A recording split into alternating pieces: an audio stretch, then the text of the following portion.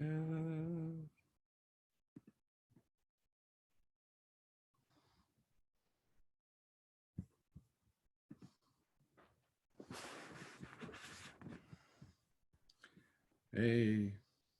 oh my gosh.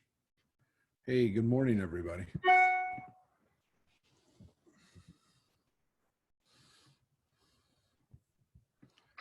Good morning.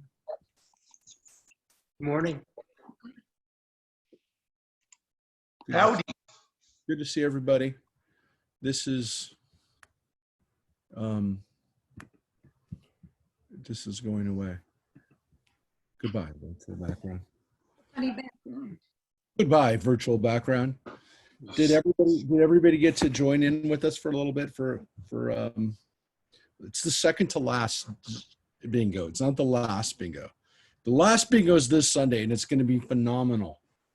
I don't want you to miss the last bingo because we saved the best prizes for last. You know, that's the way they do things. It's always the best prizes at the end. So yeah, join us for the last bingo. Oh my goodness.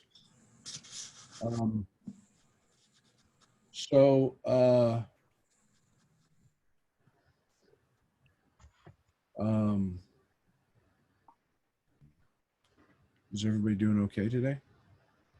Hey, cuz. Hi, cuz. How you doing? We're good. How are you guys? Doing great. I'm doing Ancestry right now and finding out a whole bunch of new people. So who knows? I may wind up running across you.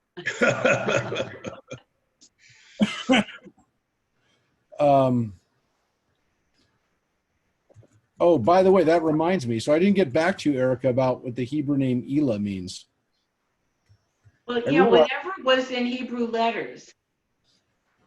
So it's not really, Elah by itself is not really a Hebrew name, but it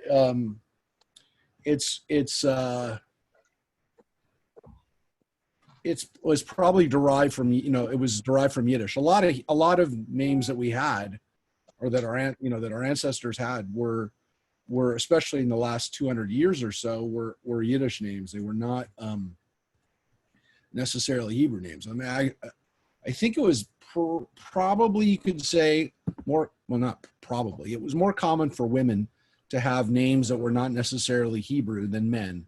And a lot of men who had Yiddish names also had a Hebrew name. So their Hebrew name and their Yiddish name would kind of be attached to them. But for women, for some reason, they seemed a little, well, I think there's a couple obvious reasons, but I think they were a little less hesitant to use a non-Hebrew name.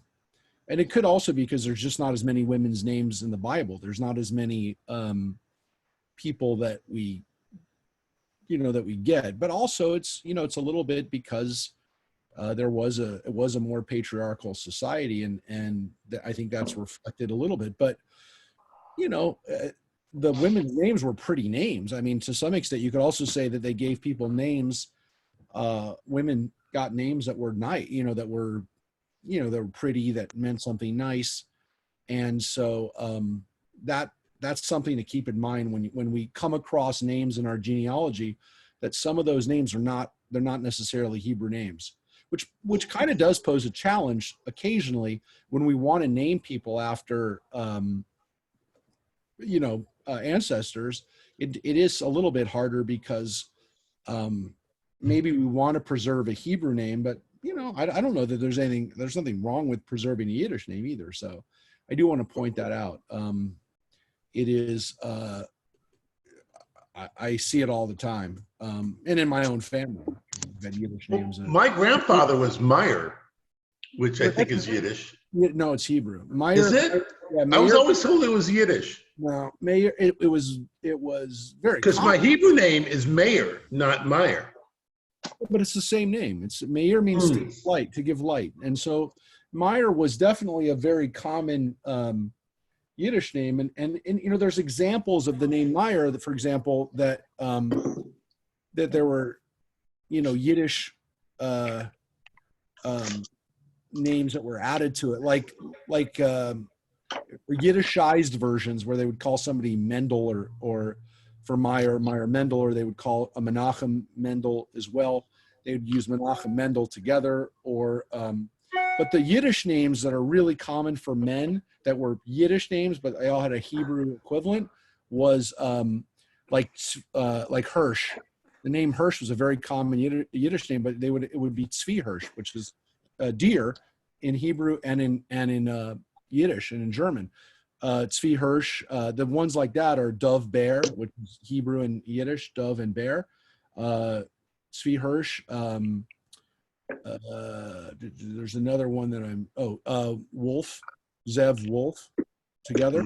So a lot of times they would use both the Hebrew and the Yiddish name together, and it just became like a hyphenated name, but it was actually there's actually a Yiddish and a Hebrew component to that. So it is interesting when we go, when we look at names, and it happens all the time. I get people who want to use the name of a family member, and then they're like, but it's not a Hebrew name. And I tell people, look, people were using them for a long time, and there's nothing wrong. I mean, the Yiddish women's names I'm talking about are names like Golda, Fega, Rosa, Pearl. These were Yiddish names that like a lot of people had, and they're not Hebrew in origin, but people used them for a really long time. And Gittel, those kind of names are like they were. I think those were more common than, or at least as common as the Hebrew names like Sarah, Rivka, Leah. The matriarchal names. Well, we're going to get started in a moment. I was not stalling. I was answering and dealing with, I think, something that a lot of people think about, which are, where do our names come from? And it's actually, to do a good segue, it's tomorrow night when we look at the Torah portion in Numbers, we get a list of names. We get a census. And it is, for us, we realize that names carry meanings. They also preserve people's values, and so it's a wonderful thing to reflect on names and to think about it. And of course, today we're going to be reading about some of our ancestors, most importantly Jacob and his family, and we're going to be reintroduced, or not introduced, or some of us will be introduced if we haven't read it before. We're going to be reading about Esau again today. Esau makes an appearance. And it really is kind of like Jacob's nightmare when his father-in-law Laban catches up to him, which is where we left off last time, and then we also have his return back to his brother who wanted to kill him. So it's a really interesting portion of kind of like what you'd think would be Jacob's nightmare, and of course Jacob ends up having even a worse nightmare or reality within his own family. But this week we're going to be reading about that, and Rosemary is going to join us later, but she's not going to be reading today. She's doing fine, but she's not up to her ability to read. So she's going to be joining us in just a moment. And Mark, I wanted to say hi to everybody. You can say everybody. Hi, everybody. Is that Doreen? Oh, hi. Hi, Doreen. It sounds like Doreen. It is. It's Doreen. She wanted to say. Hey, Doreen. I do want to remind people, though, before we start, in case you jump off, we are going to next Tuesday, a week from today, we're going to have Torah study. The great thing is we can do Torah study anywhere, even if I'm not here in my library. We can do Torah study anywhere. But we're going to have tomorrow, a week from tonight, we're going to have a cooking class for Shavuot. And my wife is going to get back on the camera. Well, she's been on the camera for bingo, but she's going to get back on to do a little Shavuot cooking class. We did one obviously before Passover, and it was such a sensation that we have to do one for Shavuot. And as I pointed out, I like the food for Shavuot a lot better. You're going to have a chance to join us for that Tuesday night. And then, of course, 2 nights later is Shavuot, Thursday night, and we're going to be doing a text study with Congregation Beth Shalom. I always like to make sure we have a good showing from our team. It's not really a team. We're studying together. We all benefit from it, but I love when we have a good showing. So we have a wonderful turnout this morning. We've got about 15 computers up right now, which means, there's probably about 20, 25 people with us this morning. And we'd love to have that and more next Thursday night. We're doing a little bit earlier. We're at 6:30 instead of 7. We normally do it a little bit later, but we wanted to, they wanted to have it end a little bit earlier. So we're going to be on it at 6:30 Thursday night for the Shavuot with our friends and fellow Jews from Santa Clarita. So we're hoping to make it the biggest gathering we've ever had. Even though it's virtual, it still counts, and we'll have very much counts, and we'll have hopefully a nice turnout. Maybe even the people from out of state and other regions, time zones can join us, because it's not too late. It'll be about 9:30, and it'll probably end by about 10:30. It'll definitely end by 10:30, 11 for sure. So you can join us for that. We're going to start. Yes. Do we have a topic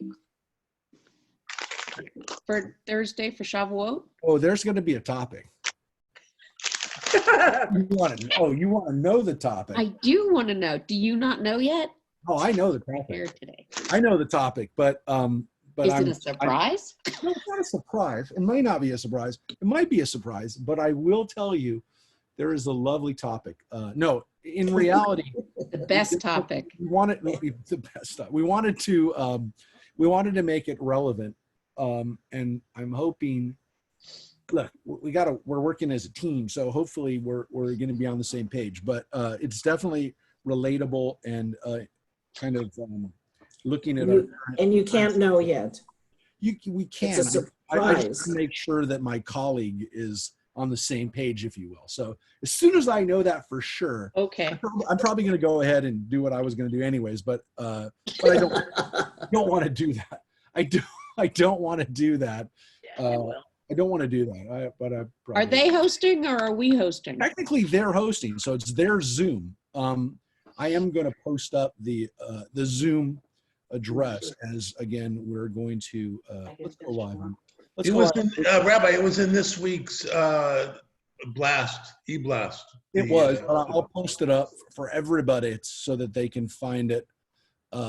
They can find it easy. We want to make it easy and helpful for everybody. We're going to go to Judith. Are you up for reading today? Sure. Okay, so we're going to go live, and we're going to try to do that right now. I'll just get my water. It's it's going to be interesting here because we have a Torah portion a part that we're going to read today, which some of you may know, or you may think you know it, but this is it's a tough one because they've all been tough, and some of them have really been challenging on our sensibilities. But this one's an interesting one because of where it goes in unexpected ways, in a story again that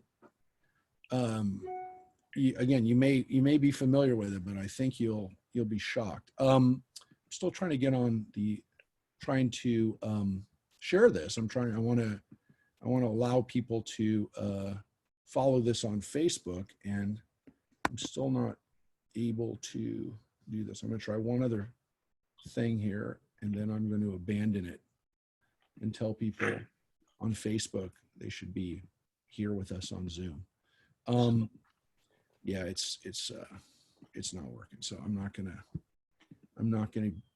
oh, you know what? Let me try it this way. I'm going to try to share it on it's not working on our page, but I'm going to stream it on I'm going to stream it on my on my timeline, and then I'll share it over to the temples, and so we'll all be happy, or I don't know, we'll be happy, but okay. So, folks, we are picking up where we kind of left off, which is with the we're still getting people.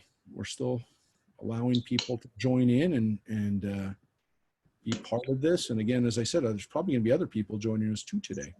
But without further ado, the page should be. All right, you have it? No, Yes. where are we? Yeah, You have it? You see it? yes. After the quarrel. So we're at after the quarrel, which is when Jacob and Laban meet, or Laban, I should say, really catches up to Laban catches up to Jacob, confronts him. What we read last week is that Rachel, who had stolen her father's idols, is unaware. Jacob, unaware of this, literally curses his wife, and this is a really powerful scene. I will tell you that it is important to know that the Torah actually is, gives us some things that we do have to deal with. I mean, this isn't just the Midrash kind of fooling us or throwing stuff at us and making things more complicated. The Torah gives us some pieces here that we have to deal with, and the rabbis are going to deal with it, but some of it may not be what they wanted to deal with. It wasn't necessarily how they what they would have chosen to do, and the text, it didn't give them a choice, as you're going to see. So let me just do one thing as we are on Facebook now, and we actually have some people. We have some people with us, so I do want to put this out there on our Bethany page just as we start. Yeah. Okay. And I want to do one thing too. Let me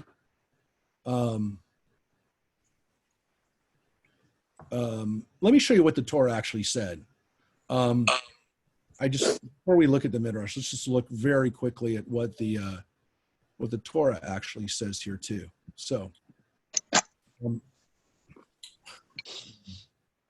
admitting other people. So, let's take a look. So the Torah tells us Rachel had taken the idols and placed them in a camel cushion and sat on them. Make sure Laban rummaged through the I tent. can't hear him. I can hear somebody. All right. So Laban rummaged through the tent without finding them. For she said to her father, let the Lord not take it amiss that I cannot rise before you, for the period of women is upon me. Thus he searched but could not find his household idols. So that's the story of the idols. But that's not the end of it, because in reality, Jacob, it says, the Torah says, Vayachar la Yaakov, and Jacob became incensed. He got angry. And he took up his grievance with Laban.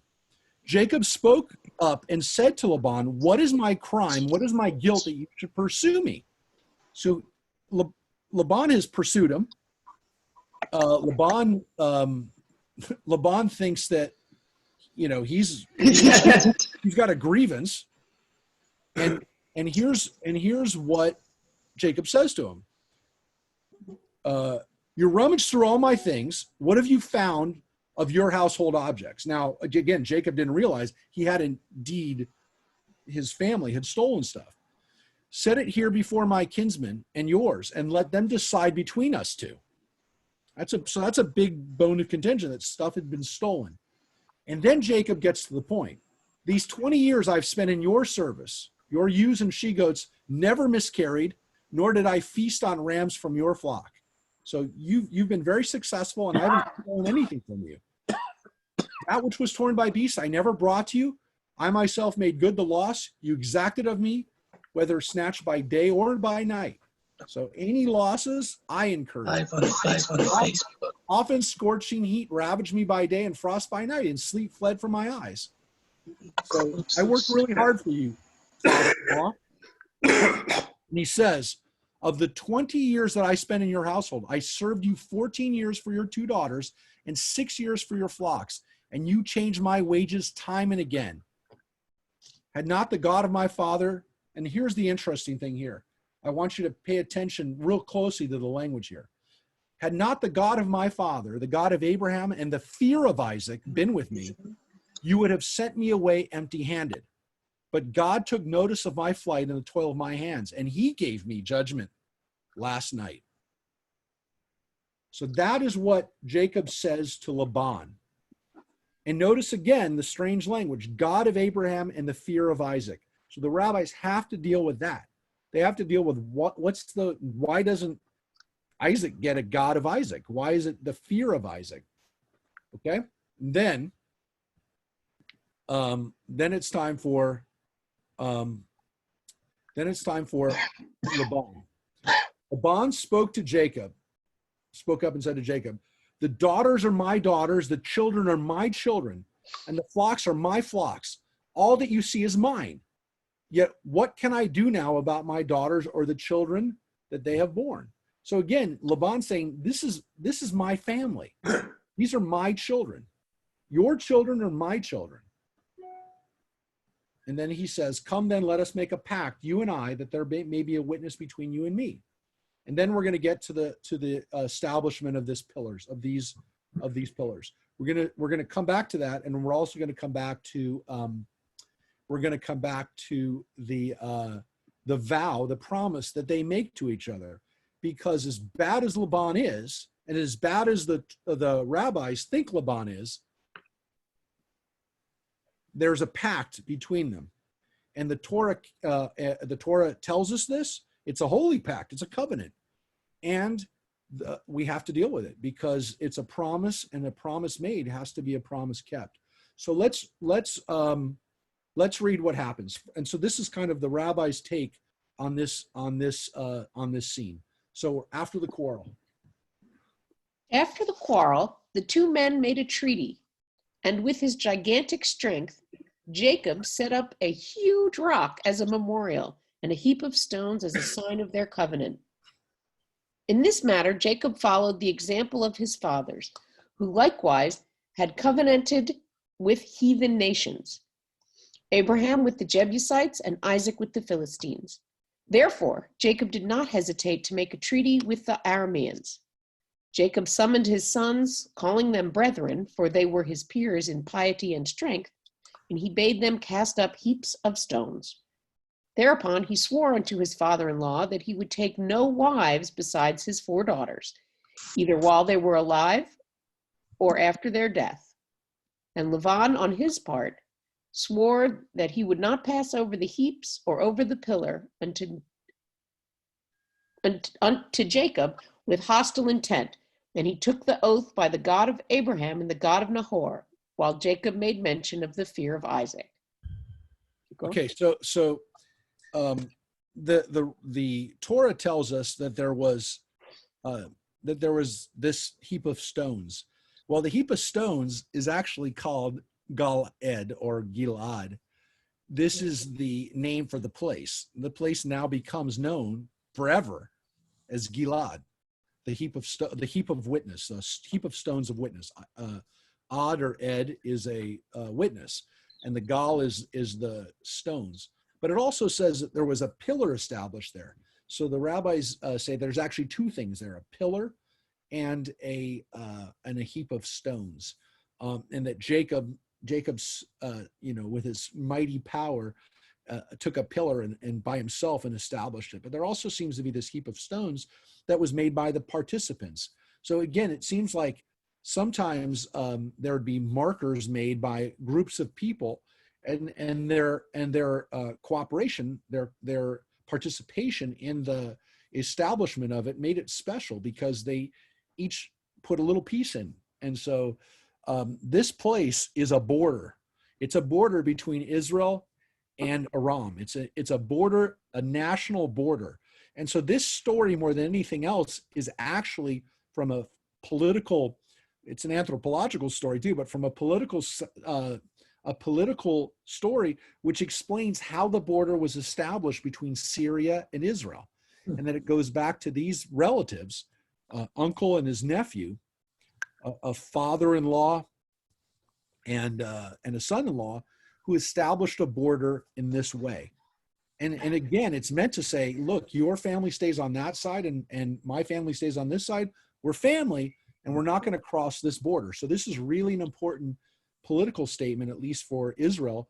And I, again, they were trying to teach the Arameans that we have a common history, we have common ancestors, and let's recognize this and say, this is why the border is where it is. But again, now we're going to get into this strange phrase, the fear of Isaac. And in a sense, we'll go back and, well, maybe we'll look at the Torah. We'll go back and look at the Torah in a second. But let's look at what the fear of Isaac is. Yeah. Is that the Jebusites? Is that the same one that the tribe of Benjamin and then David attacked in Jerusalem? Yeah, but what they're talking about here is yes. But here they're actually saying the Jebusites were the earlier guy that we're talking about, which was the guy that was known as Melchizedek, who was this Jebusite Canaanite king that Abraham makes a pact with. So Abraham had made a pact with him, and Isaac, and Abraham had also made a pact with the Philistines too, but so did Isaac. Isaac made a pact with the Philistines. So the rabbis here are saying there's nothing unkosher about what Jacob did. Jacob did what his father and grandfather did, which was make pacts with people that maybe you could make the argument he doesn't have to. He has a pact with God. Why does he have to make a pact with a heathen nation? But they're basically saying Jacob was okay in doing this, that this was a kosher thing to do. I will tell you that this area in particular, this border, was, needless to say, whenever you get to a border, there's always people who are have differences of opinion where exactly the border is. And this was an area that was fraught with contention.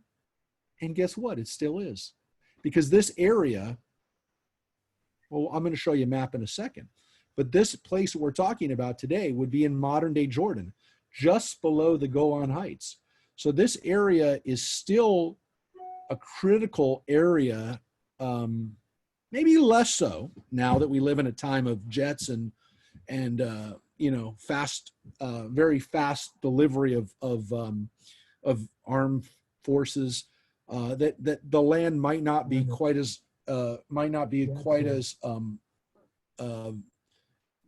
well. Remember, a lot of these places were also places where there was topographical issues. In this place in particular, there's a river crossing, and whenever you get to a river crossing, rivers usually make natural borders. But which side of the river do you is it the river itself that's the border, or do you want to be a little bit on the other side of the river to make sure those other people don't have access to the water, that they can't cross in that much easier? And so what side of the river they're on right here is actually, we assume where they are, but we can't be 100% sure where this place is. But it is very important. It was very important where you were on rivers, and I literally that was until World War II. I mean, it still is, but not as much as it used to be. I mean, we know that. I mean, if you want to go watch a great World War II movie, watch A Bridge Too Far, which is about capturing bridges so that you can move your armed forces across a river. So this is what really is going on here is a political border. For our ancestors, much later on, especially during the rabbinic period, it was all controlled by the Romans anyways. So they're less concerned with the actual border than Jacob's immediate descendants. In the first couple hundred years after, this was literally this was area where people fought and died over. And so establishing a biblical claim on it was very, very important. But let's look at the fear of Isaac. What does that mean? What is the fear of Isaac about? He refrained from using the term the God of Isaac because God never unites his name with that of a living person. For the reason that so long as a man has not ended his years, no trust may be put in him, lest he be seduced by the evil inclination. It is true, when he appeared to Jacob at Bethel, God called himself the God of Isaac. There was a reason for the unusual phrase. Being blind, Isaac led a retired life within his tent, and the evil inclination had no power over him anymore. But though God had full confidence in Isaac, yet Jacob could not venture to couple the name of God with the name of a living man. Wherefore he took his oath by the fear of Isaac. Interesting. So here you can see a perfect rabbinic discussion, or kind of a back and forth on this, because they noticed the weird phrase, the fear of Isaac. And so they said, well, look, Isaac's not dead yet. So Jacob can't swear by his father who's still alive. And why? Why can't you swear by a living person? Because if you do, they can be susceptible to the Yetzer Hara, that they become maybe too full of themselves, that if people are, invoking their name, that this actually makes them susceptible to doing things that they shouldn't do. It's an interesting concept. Again, are they grasping for things? Maybe, but you and I know that when we invoke somebody's memory or somebody's name, it's a lot different than when you talk about them alive. Well, now it's even stranger because, of course, you can call them on the phone. So, and by the way, this happens all the time, where people will say, think about what your mother would say, right? Or we do it. We do it, unfortunately, with our kids now. Occasionally, it's become a lot more, I'd say, and we don't do it all the time, but we never did it before, which is, what would your grandma think? And so we've used that guilt before, maybe yesterday. So we occasionally have used that. It's a lot easier to do because, unfortunately, of course, they can't call grandma now and say, Grandma, is it really true you'd be disappointed if I did this? We can do that now. It's horrible, but it's not horrible. It's an ancient tradition, and it's one that, again, it's interesting that the Torah kind of hints at or leaves open, and so the rabbis have to they go down that route. But then there's another rabbinic, there's a challenge to it, essentially, which is the rabbis say, but wait, when Jacob was going on the other direction, when he was going out of the land, and when he had the vision of the night vision of the stairway to heaven, God says the God of Abraham and the God of Isaac, and Isaac's even more alive. He's 20 years younger. Why does God say it? So there's an interesting teaching here, which is that God can say it, maybe, but human beings shouldn't. And not only that God could do it, and God invoked Isaac because Isaac wasn't like other people. Isaac, partly because of it, unfortunately, again, they're kind of going back to this physical challenge he had, this to say be unpolitically, this disability that he had of not being able to see, that he wasn't like normal people who would have gotten full of themselves and susceptible to the evil inclination. So God can say it, but people don't, and Jacob doesn't. So he doesn't invoke his father directly, as being kind of holy, or that holy. So it's an interesting phrase that the rabbis, they were confronted with it, and they had to come up with an answer. Why does it say the fear of Isaac? So that is a kind of an interesting midrash on the fear of Isaac. By the way, why the fear of Isaac? Why not the love of Isaac? The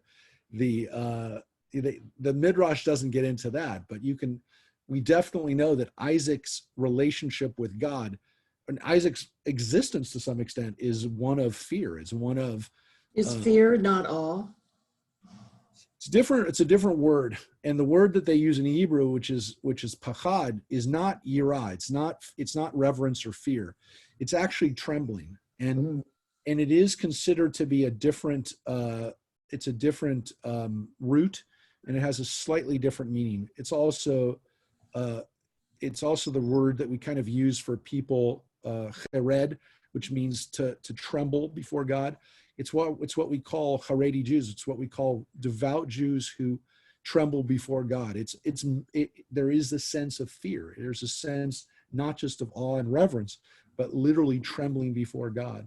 And this idea of Isaac being the kind of the patriarch and the exemplar, the archetype of fear, is an interesting one, because it seems to be connected with this ability for him to control his evil inclination, that his fear is his tactic, his weapon to defeat his evil inclination. So it's a scary Represented in moving in prayer. Yeah. And it's trembling. It's when people are shaking. There's actually a movie that was made a few years ago called Trembling Before God, which was about gay and lesbian Orthodox Jews. And so there's an understanding that this is a reflective of people trying to suppress who they are and suppress their inclinations as well, that it causes people to tremble, which to some extent you'd say, well, they're suffering, but if they're suffering and there's an outward, maybe even more so, there's an outward recognition of that you can actually see it, that people actually say, wow, that person really is a holy person who can control themselves and is grappling with this, because again, they're trembling and they really feel like they're in the presence of God and feel that lack of worthiness, that feeling of not measuring up, and that's not seen as a bad thing. On the contrary, that's seen as a holy thing. So just keep that in mind. That's not in every form in every level and stream, and not everybody says that's an elevated consciousness, but there are people who do, and it still exists. It still exists that people do this. The hard thing is that, again, in some religious traditions, you can be by yourself, or maybe encouraged to be by yourself and grapple with this. Judaism at the same time is telling people they have to be part of a minyan, they have to be part of a community, and yet they're grappling and trembling with these fears and with this with these burdens. And you do it publicly. You do it in front of other people. You do it in front of your family, in front of your friends, in front of your community. It's a really, really tough concept to get yourself around. And again, I think most people today would say psychologically, it's beyond frightening that people live like that. But there is this kind of understanding that people who are doing this are on a holy path. And not everybody, but it does exist. And it's especially, again, that's why Trembling Before God, was very powerfully done and pretty well received. I definitely recommend if you can watch it to take a look at it. It's a little outdated because there's been some tremendous strides in the Orthodox community and acceptance of gender identity, but again, it gives you a little idea of what we're talking about here, and it goes again not just with the obvious situations. If you watch Unorthodox, that's a little bit what's going on with the cousin who's troubled, that everybody knows he's dealing with these demons, and yet his battle is almost, I don't want to say it's recognized as something holy, but because they also don't trust the guy as much and everything else, but there is this understanding that this guy is in a battle, and they give people recognition for it. So just keep that in mind. It's hard for me to be generous with him. It is, but a lot of people find him. I definitely found him to be one of the most, if not the most compelling character, one of the more interesting characters that I couldn't take my eyes off of. He was interesting. That this is also, again, something that happens right now. This isn't ancient history. There are people they're dealing with, and they got to do it. The crazy thing is they got to do it in public. You're going to go off into the country and not see anybody anymore. You're going to deal with this right in front of everybody. All right, let's see what happens with the we're going to get to Esau. This is again amazing what you're going to see in this. No, this is not necessarily the Torah, but the rabbis did a great job of creating some more tension here. Okay. Early. Oh, yes. Oh, Yeah, you, Judith. Sorry. I was parenting. Early in the morning, after the day of covenanting, Laban rose up and kissed his grandchildren and his daughters and blessed them. These acts and words of his did not come from the heart. In his innermost thoughts, he regretted that Jacob and his family and his substance had escaped him. His true feelings he betrayed in the message which he sent to Esau at once upon his return to Haran by the hand of his son Beor and 10 companions of his son. Wait, well, hold it right there.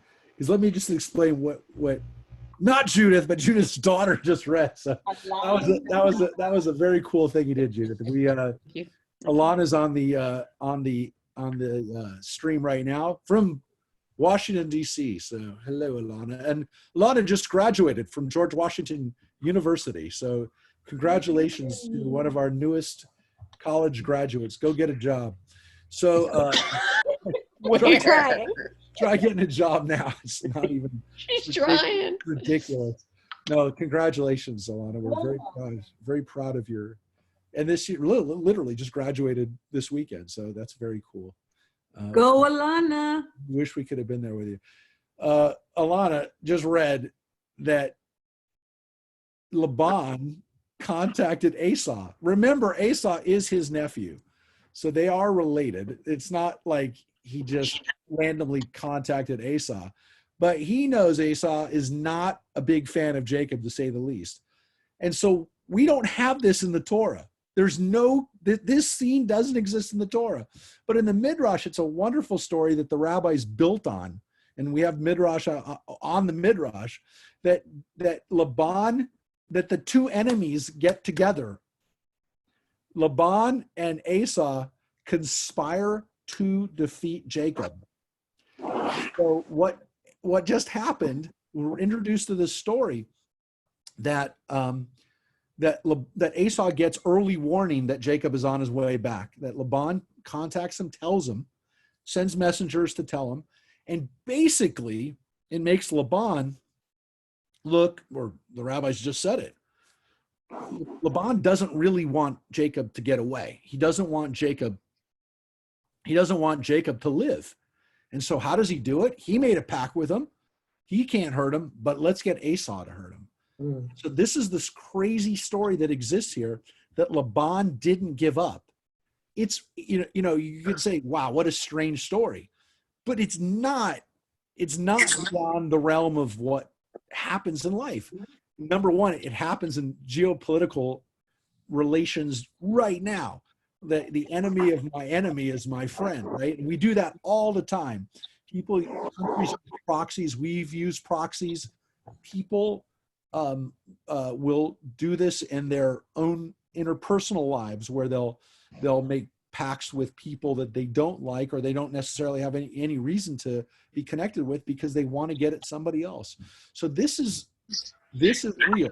This is not a made up story, because it happens every single day, and it happens on unfortunately a global scale, where people get killed over this.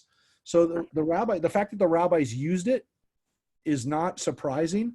It's entertaining. It's poignant. It's not in the Torah. Laban doesn't. There's not really a hint to this, but Laban does it here in the Torah portions, in the Midrash. So again, think about that. And I have to let Jennifer. I didn't even know that people are waiting. I apologize. I'm supposed to get like an alert. I have two more people are joining. This is phenomenal. So sorry for those who are waiting. So let's read what happens when Laban and Esau get together. Okay, continue, Alana. Thanks. Where was I? Still there? There you I are. got lost. I found it. The message read, Hast you heard what Jacob thy brother has done unto me, who first came to me naked and bare, and I went to meet him, and took him to my house with honor, and brought him up, and gave him my 2 daughters for wives, and also 2 of my maids? And God blessed him on my account. That's Bilhah and Zilpah, Alana. You weren't here, but we read that Bilhah and Zilpah are actually other daughters of Laban. So actually all 4 of Jacob's wives are Laban's daughters. The first 2 being Yeah, Rachel and Leah, and then Bilhah and Zilpah, also daughters, but not daughters through wives, Right. daughters through concubines, which is why they can be given away, if you will, as a bonus. Not even mentioned, not really given as wives, given as concubines. Yep. Okay. So Laban is recounting to Esau what happened, what you missed, Esau. Okay. Yep. And God? And God blessed him on my account, and he increased abundantly, and had sons and daughters and maidservants, and also an uncommon stock of flocks and herds, camels and asses, also silver and gold in abundance. But when he saw that his wealth increased, he left me, while I went to shear my sheep, and he rose up and fled in secrecy. And he put his wives and children upon camels, and he led away all his cattle and substance, which he acquired in my land, and he resolved to go to his father Isaac, to the land of Canaan. And he did not suffer me to kiss my sons and daughters, and he carried away my daughters as captives of the sword, and he also stole my gods, and he fled. And now I have left him in the mountain of the brook of Jabbok, he and all belonging to him, not a jot of his substance is lacking. If it be thy wish to go to him, go, and there will you find him, and you canst do unto him as thy soul desireth. Yeah. So he basically says, this is where he is. Go get him. It's not, literally, this makes Laban look like not a good person. Let's put it that way. Laban, who doesn't look great in the Bible as it is, in the Midrash is a sociopath. He literally just went into, this is my family, and Jacob stole them all. So why don't you go kill them? Why don't you kill them? You can take them and now do whatever you want with them. Take their stuff, enslave them. They're yours. So this is really, really, really tough. This is again, not something that necessarily you get from the Torah at all. Let's actually go back real quick to look at the Torah. Because again, the Torah tells us that Jacob is, and it said to his kinsmen, which again, the Midrash, I want to point out, said that were his sons. And when it says his kinsmen, it's not, the Midrash doesn't say it's Laban's family, it's Jacob's family. Gather the stones. So they took the stones and made a mound and partook of a meal by the mound. Laban named it Yagar Shahaduta, which is an Aramaic word. But Jacob calls it something different. He calls it a mound of Gilad, or a Gal Ed, a mound of witness, stones of witness. And it was called Mizpah, because he said, may the Lord watch between you and me, that we're out of sight of each other. So the place also had a name named Mitzpah. Now, Mitzpah is not one place. It's a place of overlook. It's a place of seeing something. So it's a place of heights, of important place where people could see what's going on from. It's a scenic overlook. Yes, it's a scenic overlook, and it's not one place. There's mitzvot all over the place. So this would be like Mitzpeh Gilad. You can take a look at where this is in a second. And here's the part that we didn't read out of the Torah, but was referred to, the covenant. If you ill-treat my daughters or take other wives besides my daughters, though no one else is about, remember, God himself will be witness between you and me. And so Laban actually invokes God in his covenant. And Laban said to Jacob, here is the mound and here is the pillar. So there's actually, again, 2 different things, a mound and a pillar, which I have set up between you and me. That's why they have Jacob making a pillar. The mound shall be a witness, and this pillar shall be witness, that I am not to cross that I am not to cross to you past this mound, and that you are not to cross to me past this mound and this pillar with hostile intent. May the God of Abraham and the God of Nahor, right, which is your ancestor, your grandfather is Nahor, my grandfather is Abraham, their brothers, their ancestral deities judge between us. And Jacob swore by the fear of his father Isaac. Jacob then offered up a sacrifice on the height and invited his kinsmen to partake of the meal. After the meal, they spent the night on the height. And then it says, the last thing it says about Laban is early in the morning, Laban kissed his sons and daughters and bade them goodbye. And there it says sons and daughters, which seems to be his grandsons, that it calls them, he calls them his sons. Jacob went his way, and the angels encountered him. When he saw them, Jacob said, this is God's camp. So he named the place Machanaim, which is a plural of camp. It means camps. But it seems to be here that angels met him. Now we know that he's going to wrestle an angel. But according to the Torah, he encounters angels from the moment that he crosses back into the land of Israel. So think about that as we go back to and that's the end, by the way, of that parsha of the end of Vayetze. But hold it one second.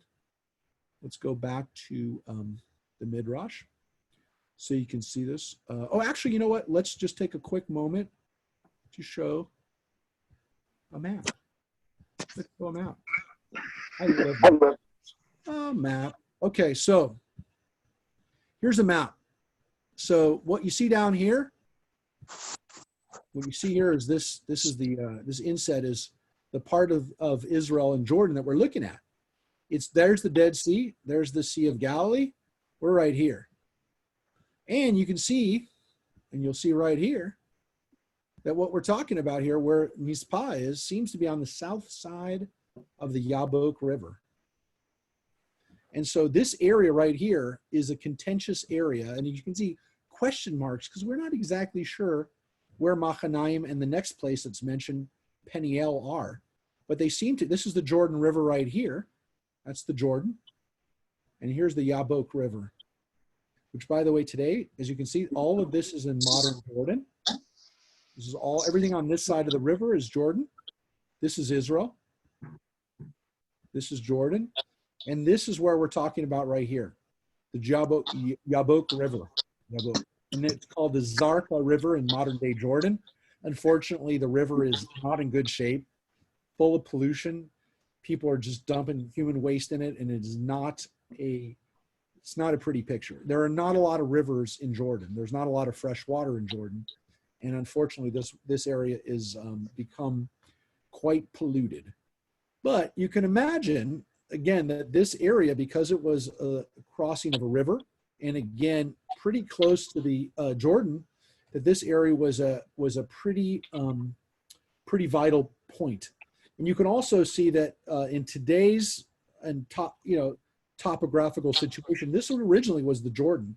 This whole gray area was where the Jordan River, thousands and thousands of years ago, I mean, hundreds of thousands of years ago, this is how big the Jordan River. Today it's this, 3,000, 4,000 years ago, it was about this wide. And the Yabok was wider, but it was, it's still where you have two rivers coming together, really, really important area. You can see that this area is greener. This is an area that is, when you go down into this area, you drop tremendously in sea level. And of course, down here, you got the Dead Sea, very, very far below sea level. So this area is not a area where you have a lot of life, even though you have a little bit around the Jordan. This is kind of where before you get into a little bit of a desert again, this is a key area. So that's why we're reading about this now, this place of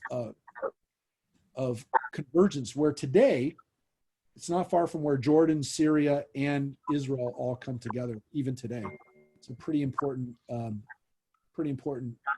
place of convergence. So let's read what happens with now Esau and Laban banding together. Jacob had no need to fear either Laban or Esau, for on his journey he was accompanied by 2 angel hosts, one going with him from Haran to the borders of the Holy Land, where he was received by the other host, the angels of Palestine. Each of these hosts consisted of no less than 600,000 angels. And when he beheld them, Jacob said, "You belong neither to the host of Esau, who is preparing to go out to war against me, nor the host of Laban, who is about to pursue me again. You are the hosts of the holy angels sent by the Lord." And he gave the name Mahanaim, double host, to the spot on which the second army relieved the first. Right. So the Machaneh here, which is camp, is also seen now, and it's usually a war camp, but here you also see it connected to the camp of the angels. That the angels, this is a launching off point for angels. So it's a Machaneh of the Tzava, the host, if you will, the contingent. And so a contingent, a division, if you will, a host, which is what we always say, the hosts, the heavenly host. Remember, that word translated from Hebrew is a military division. It's used now as in Israel, in the army, in the Israel army. This is a word that we use. So the word Adonai Tzvaot, or talking about the hosts of the Holy One, that's the host. It's a military designation. It was, and again, it is again today, which is why they usually, we see the word host, and we don't, we think, is that like a host, like you're inviting somebody to a party? No, this is a host that is a military formation. And so we see it with angels. The angels will appear as a divine host, the heavenly host. But it's a, better translation for it might be a division. Well, that's not even, because that has different military. That's not just a military connotation, but a platoon maybe. It's probably 600,000. Yeah, it's not a platoon, so it's not a good. That's a lot. Yeah, so a platoon is usually a smaller division, but when we talk about a platoon, well, that also is not used for military. So if you can think of a really good word for a group of people that's usually just military, that's what this word tzava is, a host. So think about this.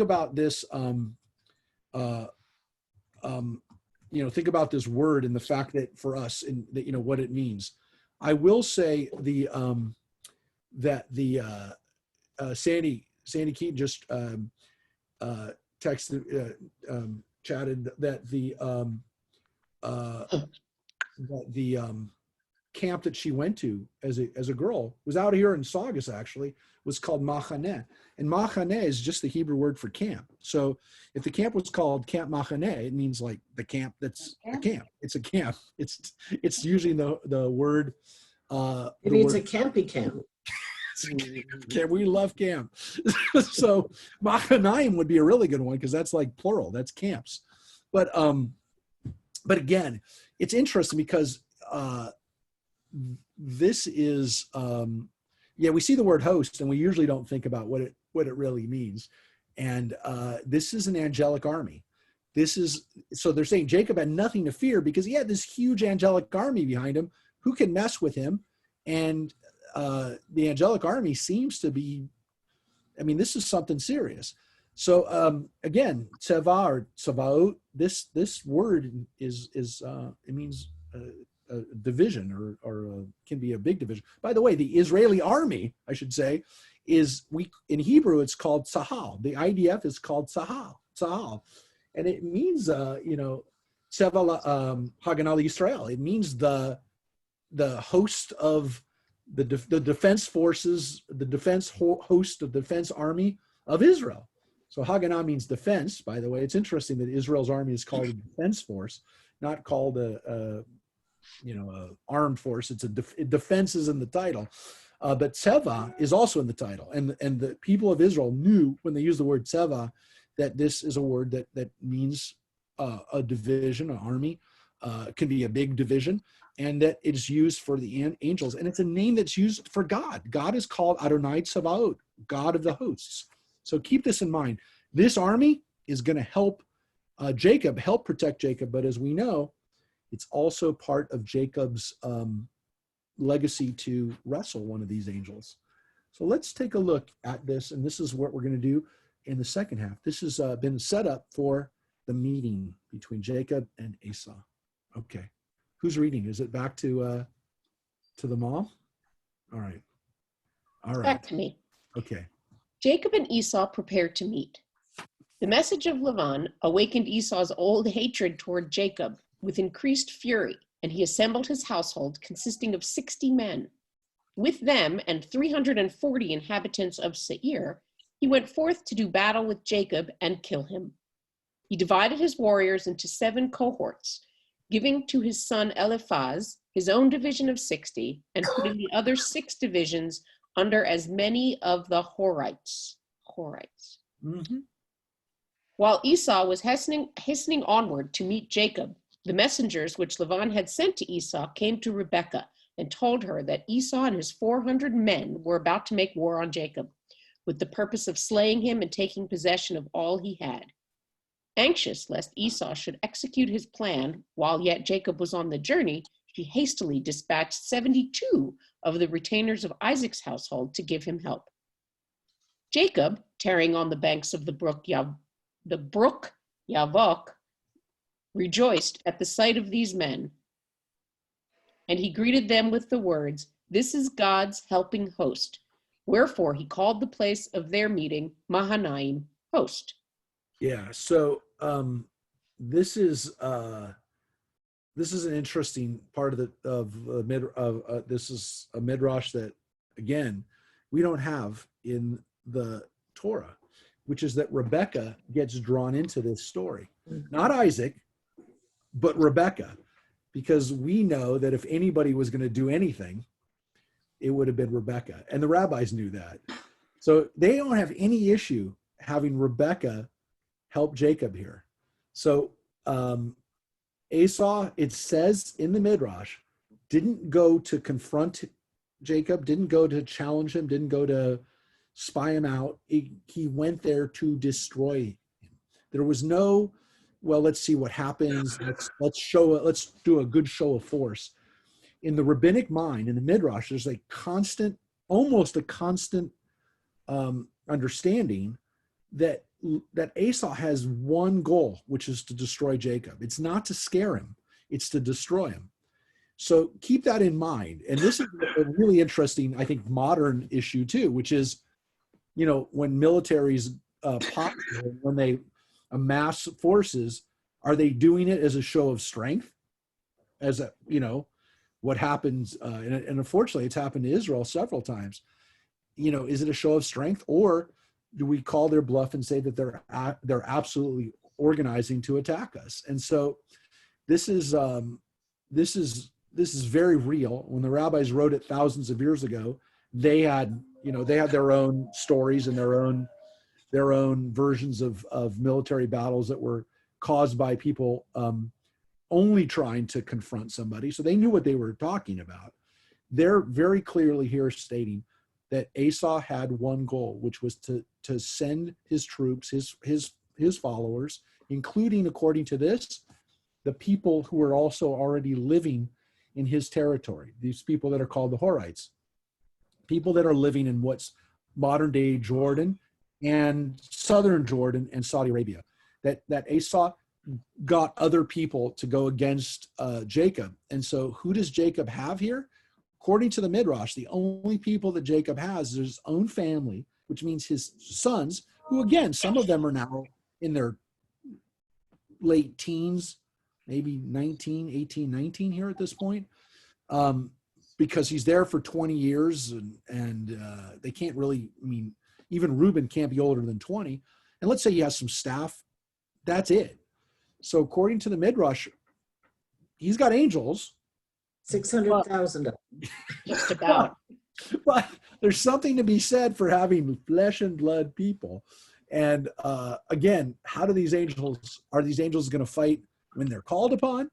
Are they there for protection? Are they there, what are they there for? And how are they going to be pressed into service? What's interesting here is that the rabbis want to tell us that Jacob had nothing to fear, but they can't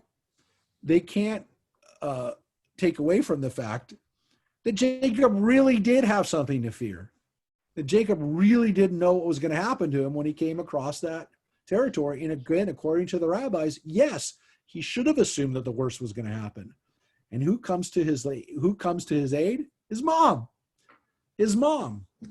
Because his mom has always had his back, and his mom has protected him all along, and she's going to protect him now, even against her other son.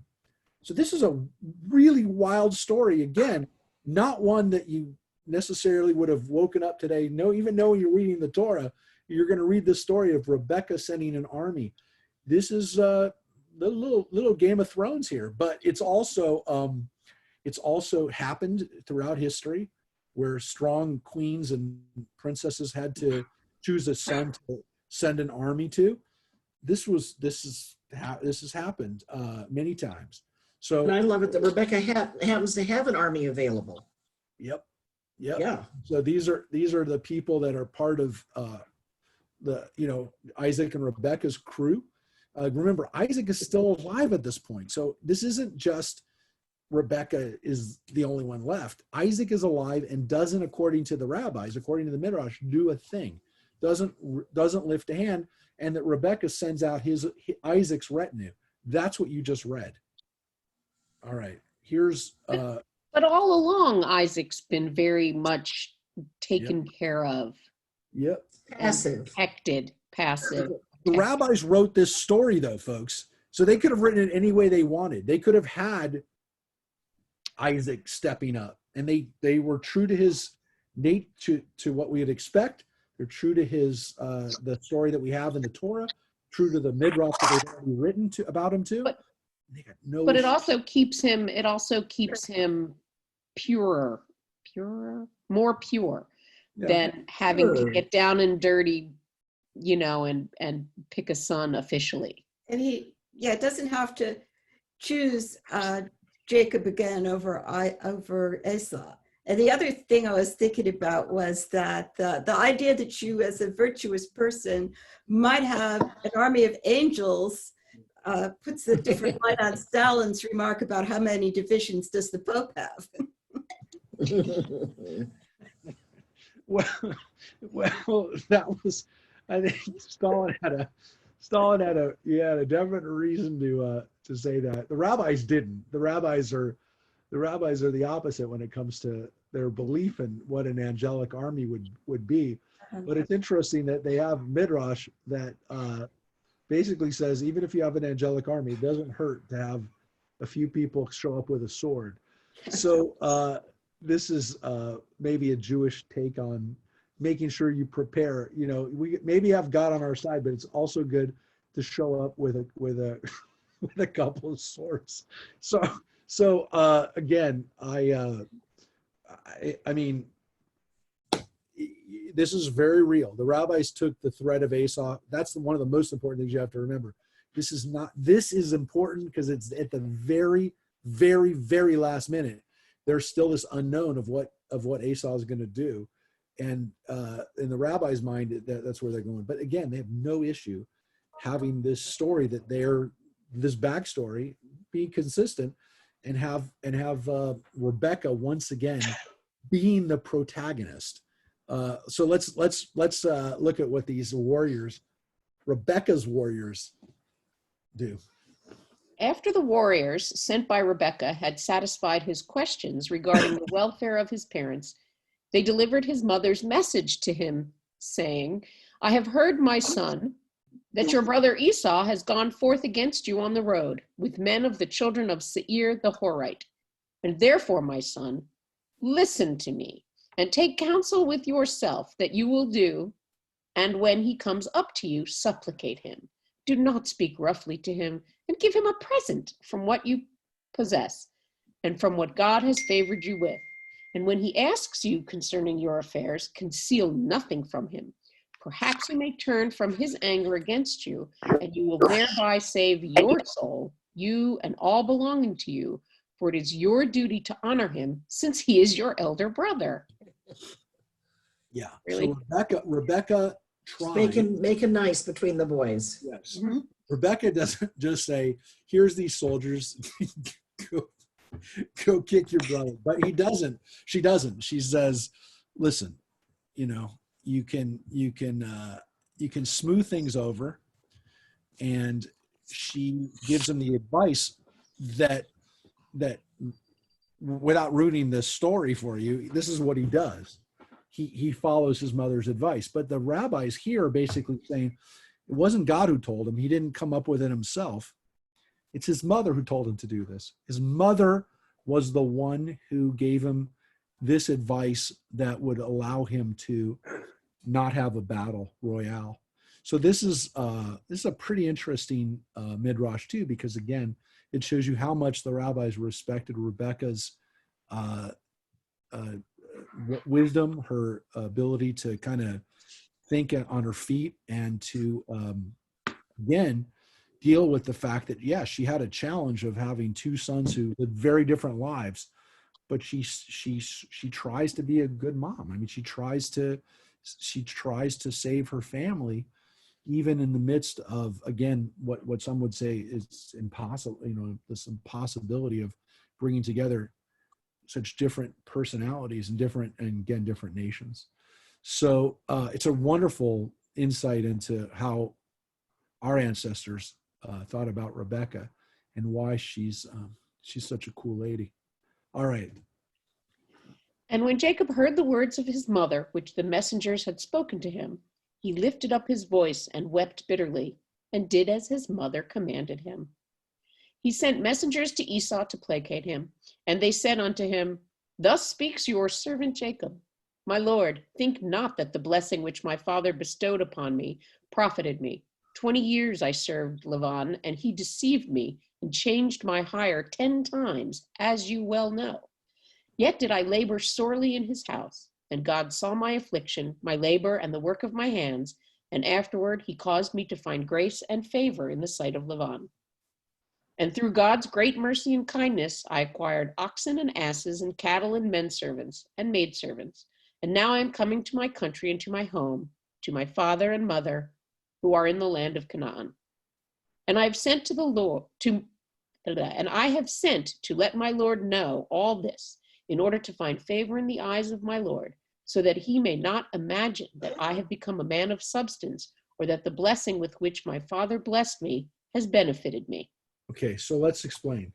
This is not in the Torah. I mean, no, very importantly, he does send messengers to Esau and tell him, well, actually, since we have the Torah here, let's just take a look at it, because it's really not that long. The Midrash is a wonderful addition to it, but it's not in the Torah. So let's take a look. The portion actually begins, Vayishlach Yaakov Malachim, which is interesting too, because, right, in Hebrew, the word malach, an angel and a messenger, can be either one. And so we don't know. The story goes back and forth between angels and messengers, and we're never really sure. There's an ambiguity here over whether these are human messengers or whether they're divine messengers who are giving the messages back and forth. But the message, so again, Vayishlach Yaakov Malachim, that's where we get the name of the portion, Vayishlach. Jacob sent. And again, the word Malachim is the third word. So Vayishlach Yaakov Malachim. And this is what it says.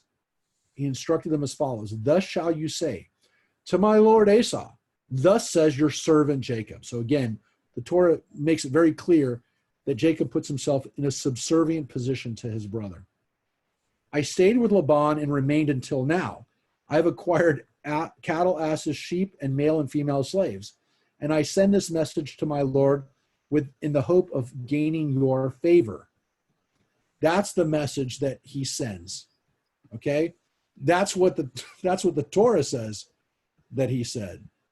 Now the Midrash did something very interesting, which is the Midrash goes into an explanation in the message that Jacob wants to make it really clear that you remember the blessing that I stole from you? It had nothing to do with my success. It didn't work. The blessing didn't work. Now, again, in the Torah, it seems like Jacob doesn't say that. Jacob says, I've come back with all this stuff, and it's been okay. But the Midrash does something I think is really, really clever, which is that when somebody sees that you've been successful and they feel that your success has been based on their loss, best not to brag about it. Best not to show it off or give any inclination that it's because of their loss, their lack of success was your success. So that's why Jacob in the Midrash has this whole other thing that he offers, which is the blessing had nothing to do with it. As a matter of fact, it was really, really hard. I succeeded. I was successful. I got a lot of stuff, but it didn't come easy. And Laban treated me really bad. Now, of course, this Midrash also assumes that Laban and Esau have already been in communication, and that Jacob did something else here, which is he basically says to Esau, I know that you've been in contact with Laban. I know that you know what happened, and you got to hear there's another side to this, and this guy Laban was not a good guy to me, and so that's why he goes through this recounting of this, how he keeps changing his hire and his pay, that his father-in-law made life hell for him. So that's an interesting thing that the Midrash gives us, which I think is a very human element, which is, again, you don't want to make it look like that the money that your dad gave you that your sibling didn't get, and that you turned into a really good, nice car, nice house. You got to say, look, I didn't have any of that. Remember, Jacob, according to the Midrash, comes with nothing by the time he gets there because Esau stole it from him. And he doesn't remind him of that, by the way, because that, of course, is bringing up the bad days, which is something you also don't do when you are trying to make peace with somebody, is talk about why you hate each other in the first place. So again, this is a really interesting addition in the Midrash, which we don't have in the Torah, but I think reflects human nature, which is, let's be smart about the way you position yourself when you're negotiating with somebody and trying to smooth over a relationship, especially one where their finances are involved. So it's a really interesting insight into human negotiation and human interaction. So but there's more. There's more that Jacob says that's not in the Torah. But listen, there's more. Furthermore, spoke the messengers, why do you envy me in respect to the blessing wherewith my father blessed me? Is it that the sun shines in my land and not in yours? Or does the dew and the rain fall only upon my land and not upon yours? If my father blessed me with the dew of heaven, he blessed you with the fatness of the earth. And if he spoke to me, peoples will serve you. He has said unto you, by the sword shall you live. How long then will you continue to envy me? Come now, let us set up a covenant between us that we will share equally all the vexations that may occur. So that's weird, because he says, look, you got a blessing too. I got a blessing. You got a blessing. Look, we live in the same area. We get the same sun, the same rain. It's all going to be the same. And he says, if you want to be part of the blessing, you got to take the whole blessing. You got to take everything that comes with it.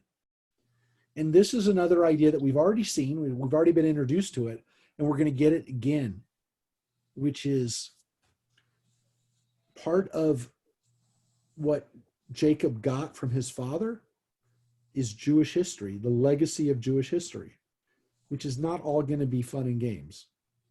Specifically, and again, continues to not always be fun and games, but they're speaking specifically about the Egyptian servitude, which is on the horizon. And so Jacob says to him, okay, if you want to be part of this, if you're so desirous to be part of the blessing, then let's share it. You can be with me now, you can have the blessing, you can share with it, but you're also going to get the vexation. You're also going to get this downside, if you will. Got to take the bad with the good. Yes, if you want it, you got to take the whole thing. So think about this as you read this, that this is something that, of course, we're going to see Esau wants no part of. I want good stuff. I don't want bad stuff. Where again, it seems as though we have this midrash, this understanding, this consistent understanding within rabbinic Judaism, and it continues today. That there's a benefit to being a Jew, but there's also a really tough piece of it that just comes with the territory. And so this is what we're going to see in the Esau relationship.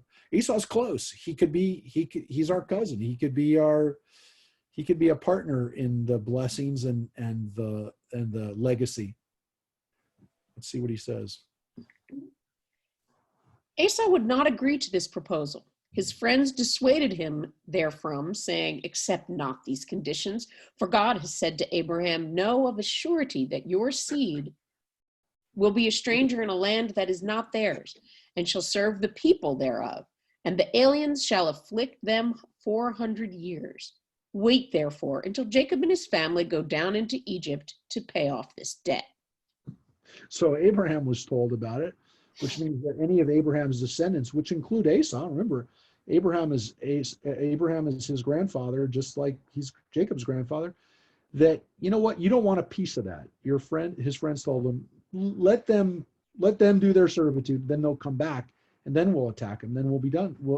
Then we can take their stuff, get their blessing, take them over, because again, we get the good and we don't have to deal with this. We don't have to do with the slavery. And so we do know that Esau's descendants, the Edomites, were responsible for attacking us, especially during the Babylonian destruction of Jerusalem, according to the Bible. And then, again, later sources too, the Edomites took advantage of our catastrophe and raided and picked off the pieces that were left after the Babylonians. So they were not good people, the Edomites. And then, of course, they last for hundreds and hundreds of years, to the point that King Herod the Great is an Edomian. He's from these people. He's a descendant of Esau.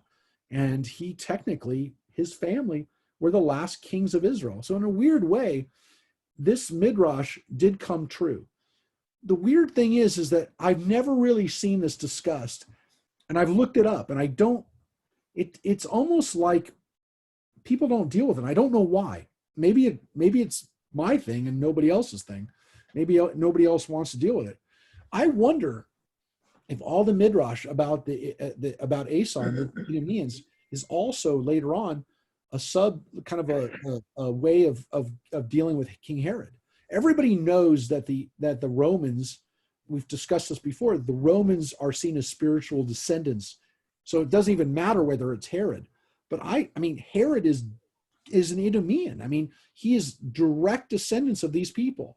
And so where the rabbis sometimes, when they deal with Esau and his descendants, establishing this, are they also not maybe talking about King Herod?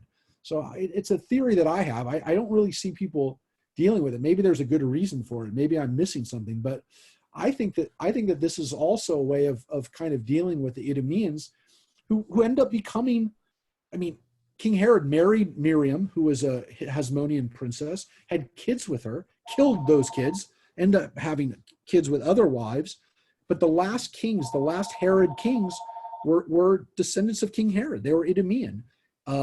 They arguably, again, they had Judean blood as well, but they're not Judean primarily. They're kings because they're Herod's descendants. So there are a whole bunch of Herods. There's Herod Agrippa, Herod Philippi. There's different Herod. There are different Herod kings they're all called Herod, but they're his sons and grandsons and even great grandsons are kings for about the next 100 years. So King Herod is the king, remember, during the time of Jesus, but his grandchildren are still kings through the Roman period. Remember, about 40 years after Jesus's period, then we have the destruction of the temple. So you have about 2 more generations of Herod's descendants that are kings. They're really vassal kings to the Romans. King Herod, when he dies, his kingdom split up amongst his sons and then his grandsons, and they all fight amongst each other. The Romans take advantage of that lack of strength and really keep them as vassals, but they are Herod's children. So when we see the Herod in the Jesus story, when he's an adult, it's not Herod the Great, it's Herod's son. And actually it's one of the sons that are king at that period. So these Herods they're all Idumean, and the Jews seem to consider him a king. I mean, they don't seem to deny that he's also their king, but did they maybe also have a little bit of a way of dealing with him by talking about Esau? I think it's at least a possibility that's what's going on in the Midrash here. So let's take a look at what happens. Jacob also sent word to Esau, saying, Though I dwelt with that heathen of the heathen Lavan, yet have I not forgotten my God, but I fulfill the 613 commandments of the Torah. If your mind be set upon peace, you will find me ready for peace. But if your desire be war, you will find me ready for war. I have with me men of valor and strength. They have but to utter a word, and God fulfills it. I tarried with Lavan until Joseph should be born, he who is destined to subdue you. And though my descendants be held in bondage in this world, yet a day will come when they will rule over their rulers. Yeah. This is a weird idea. Again, seems to be not a product of the Jacob Esau story in the least. It seems to be, again, a product of very much of the Roman period and what the rabbis might have been thinking, or not what they clearly were thinking when they dealt with the Romans, which is, yeah, you may be in power now, but you're not going to be in power forever, and you are destined to at least in the world to come, to not be in power. So when we wonder how, when the Christian Bible goes into the kingdom of heaven, what are we talking about? Because again, they were talking about these same ideas, that there is going to be a new world order, and in that order, the Romans are not the ones on top. And so Jacob is Jacob is using those words to let us and the rabbis are putting those words in his mouth to let us know, and to let their generation know that this isn't the way it's always going to be. And so this was kind of the Jewish version of the traditional Jewish version of what, and I would say traditional Jewish version, because the Christian version of it is really preserving an ancient Jewish version of this too, which is that the political order you have now is not going to stay this way. And the Idumeans and their descendants and their spiritual descendants are not going to always be in charge. And so don't give up hope, again, telling the people now. But here there's also this idea that Jacob does have spiritual power, that Joseph is going to somehow lead him into battle, which is in itself a little messianic. I mean, this is a little bit of, hey, we can finally go into battle now because we have the right person. And he's a baby. He's not even an adult. He's not a young adult. He's a little baby. And so Joseph was just born to Rachel. That's why, according to the Midrash, they're finally able to leave, because they've had this special baby be born to them. And again, just his presence in the world is enough to make Jacob feel strong and to have faith that Laban won't have power over him, Esau won't have power over him. There's no human foe that he can't beat now that he has his baby Joseph. So keep that in mind. This sounds remarkably Christological later on with what happens just by having this baby in the world, because he's a baby Joseph. So keep that in mind, that this Midrash, a very old Midrash, is one that seems to kind of come out of a similar idea, which is that the Messiah, or that life force in this world. Doesn't even have to be commanding an army. Doesn't even have to have strength to be. just to be here. So this is a really cool idea, and one that, again, the rabbis picked up on. And again, I think it comes out of the same source that you have when it comes to how do we view powerlessness, and how does even a baby inspire us to not give up. But of course, these are the negotiations. This is the negotiation part, and we know it's not going to stop here. There's going to be a confrontation. All right. In reply to all these gentle words, Esau spoke with arrogance. Surely I have heard, and truly it has been told to me, what Jacob has been to Laban, who brought him up in his house and gave him his daughters for wives. And he begot sons and daughters, and abundantly increased in wealth and riches in Laban's house, and with his help. And when he saw that his wealth was abundant and his riches were great, he fled with all belonging to him from Laban's house. And he carried away Laban's daughters from their father as captives of the sword, without telling him of it. And not only to Laban has Jacob done this, but also to me has he done this. And he has twice supplanted me. And shall I be silent? Now I have this day come with my camp to meet him, and I will do to him according to the desire of my heart. Yeah. So it doesn't help. The words back, the messages back and forth are not going to stop this. So again, they send messages back and forth, and the Torah does, as we saw, tell us that, but it's not going to stop this. And so Jacob does hear this, that this is futile. The messengers dispatched by Jacob now returned to him and reported these words of Esau to him. They also told him that his brother was advancing against him with an army consisting of 400 crowned heads, each leading a host of 400 men. It is true you are his brother, and you treat him as a brother should, they said to Jacob, but he is an Esau. You must be made aware of his villainy. Yeah. So the Torah Crowned heads? Yeah. What? Crowned heads? Crowned heads, rulers. Yeah. Is that what it means? Yeah. The Torah simply says, I'm not going to go back and forth because it's only one line. I'll just read it. The messengers returned to Jacob, saying, we came to your brother Esau. He himself is coming to meet you, and there are 400 men with him.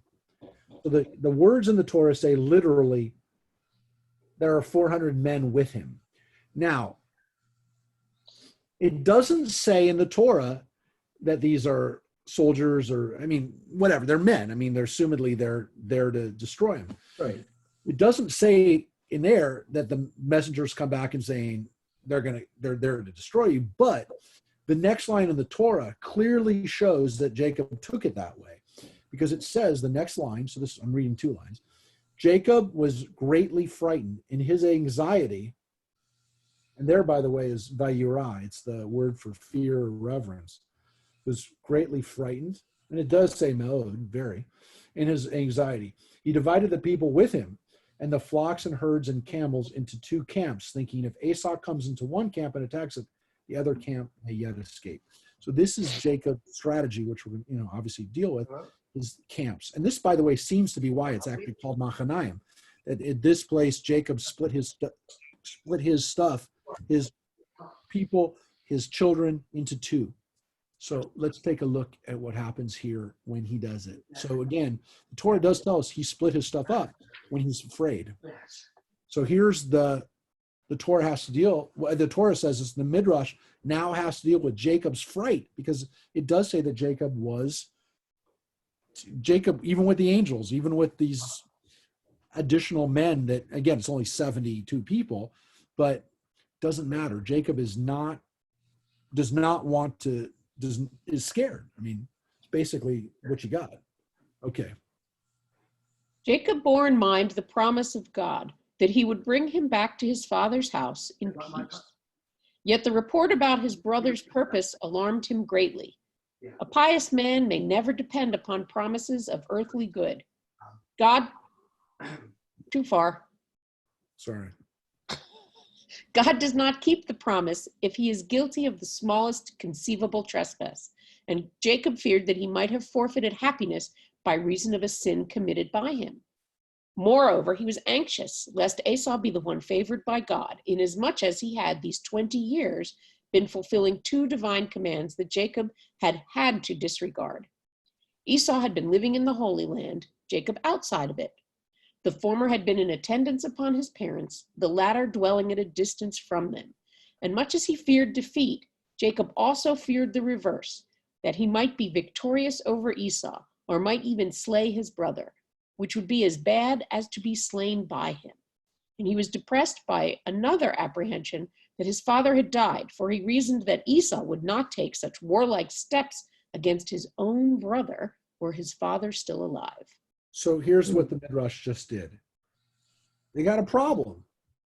Why is Jacob afraid? It actually says the words twice. He's frightened or in fear, and he has anxiety. Vayatzarla, that he was anxious. So the rabbis have to answer the question, why, if Jacob knows that God's with him, has these extra soldiers, has angels, why is he scared?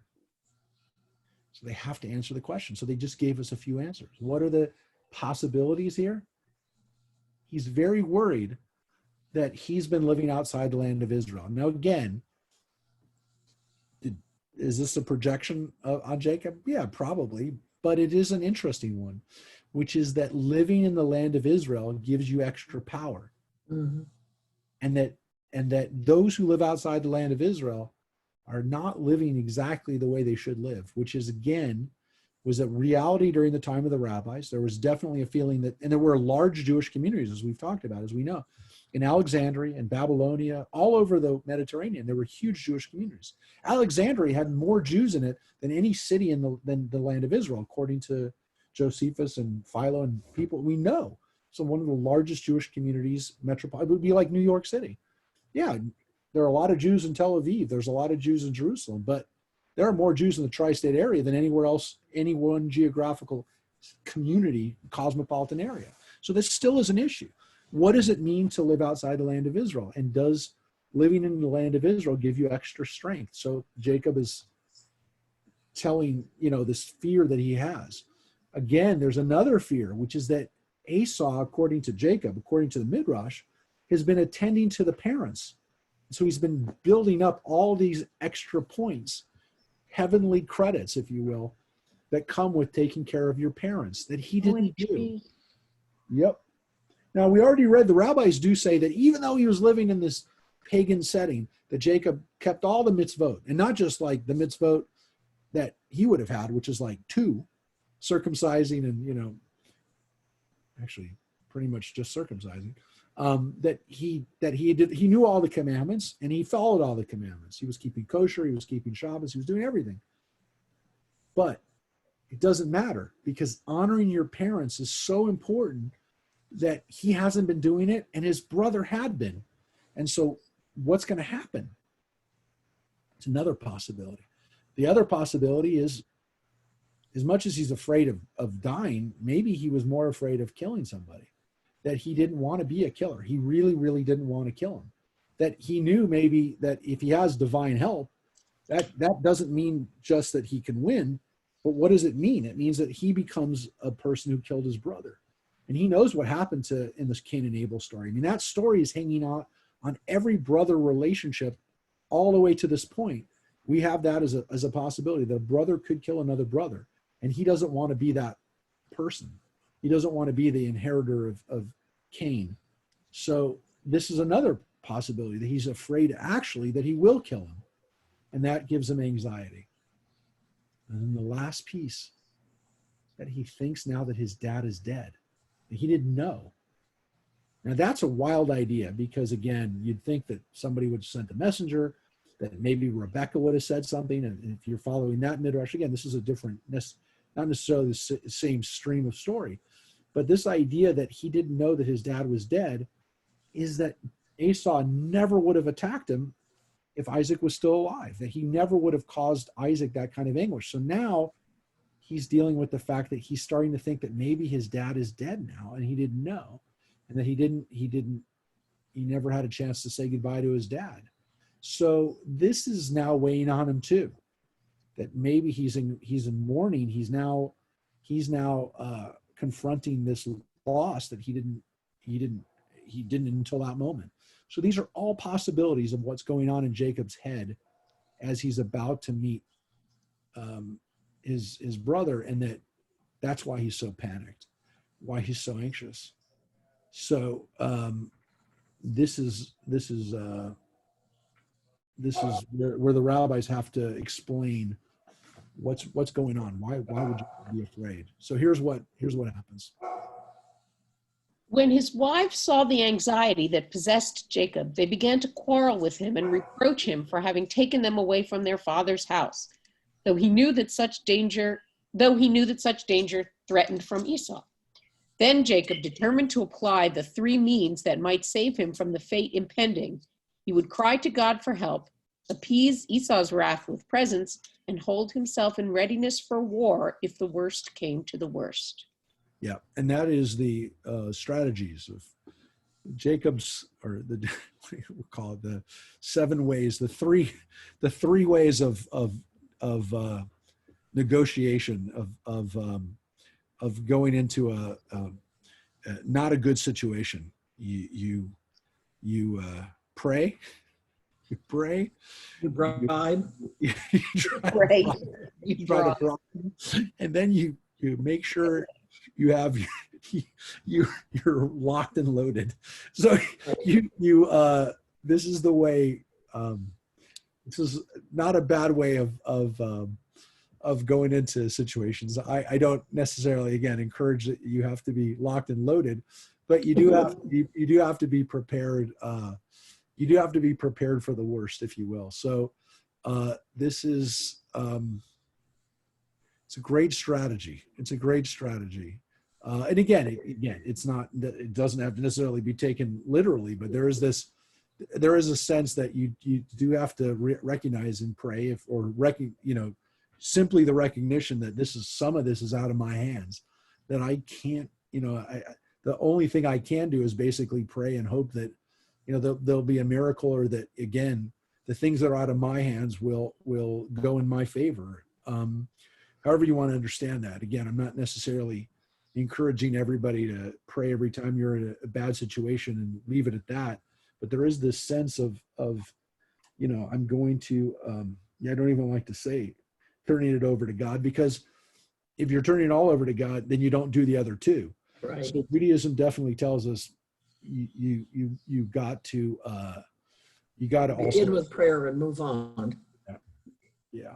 And so you got to do the other things you got to do, and you have to be prepared to negotiate and in some cases give people things that you may not want to give them, and then lastly, you got to be ready to fight for what you believe in and what you have to in some cases when your back's against the wall. So these are all things that are in the text. Rabbis just point out that here we have, this is. I have a question about the line that Judith hasn't read yet. He prayed to God, "Oh, you God of my father Abraham and God of my father Isaac." Is he able to say father of Isaac because he thinks he's dead? Well, so that's a great question, because that is a possibility. That's why the rabbis give us this idea that maybe he thinks his dad is dead, which is why he can say the prayer like he does. Let's just look at it real quick, because it's right here. Because he does pray. I mean, the Torah tells us. And what's interesting about this is that in reality, I mean, the rabbis have just told us that Jacob is been keeping all the commandments and is living a very virtuous life, even amongst the heathens. But the reality is that we in the Torah don't have Jacob talking to God at all, really. And instead here, he finally does. He's this is literally a life and death situation. This is the blessing, or the prayer. Not a blessing, you can see.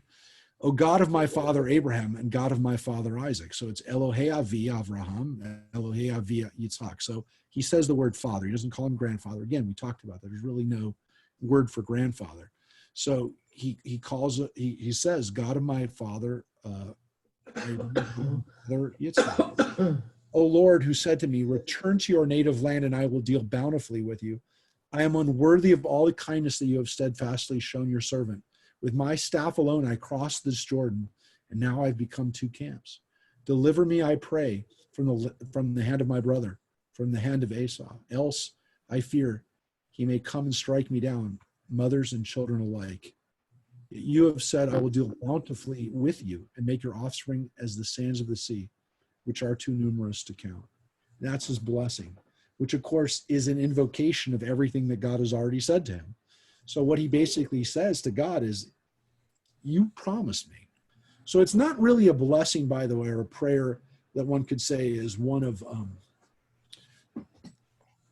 heartfelt appreciation necessarily.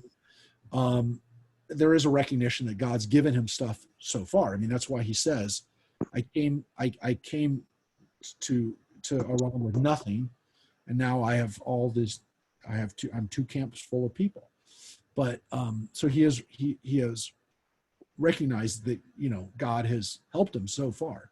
So it's not like that.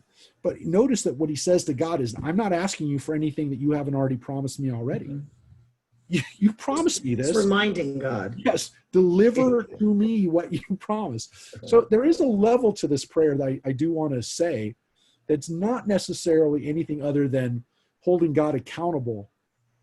It's not exactly as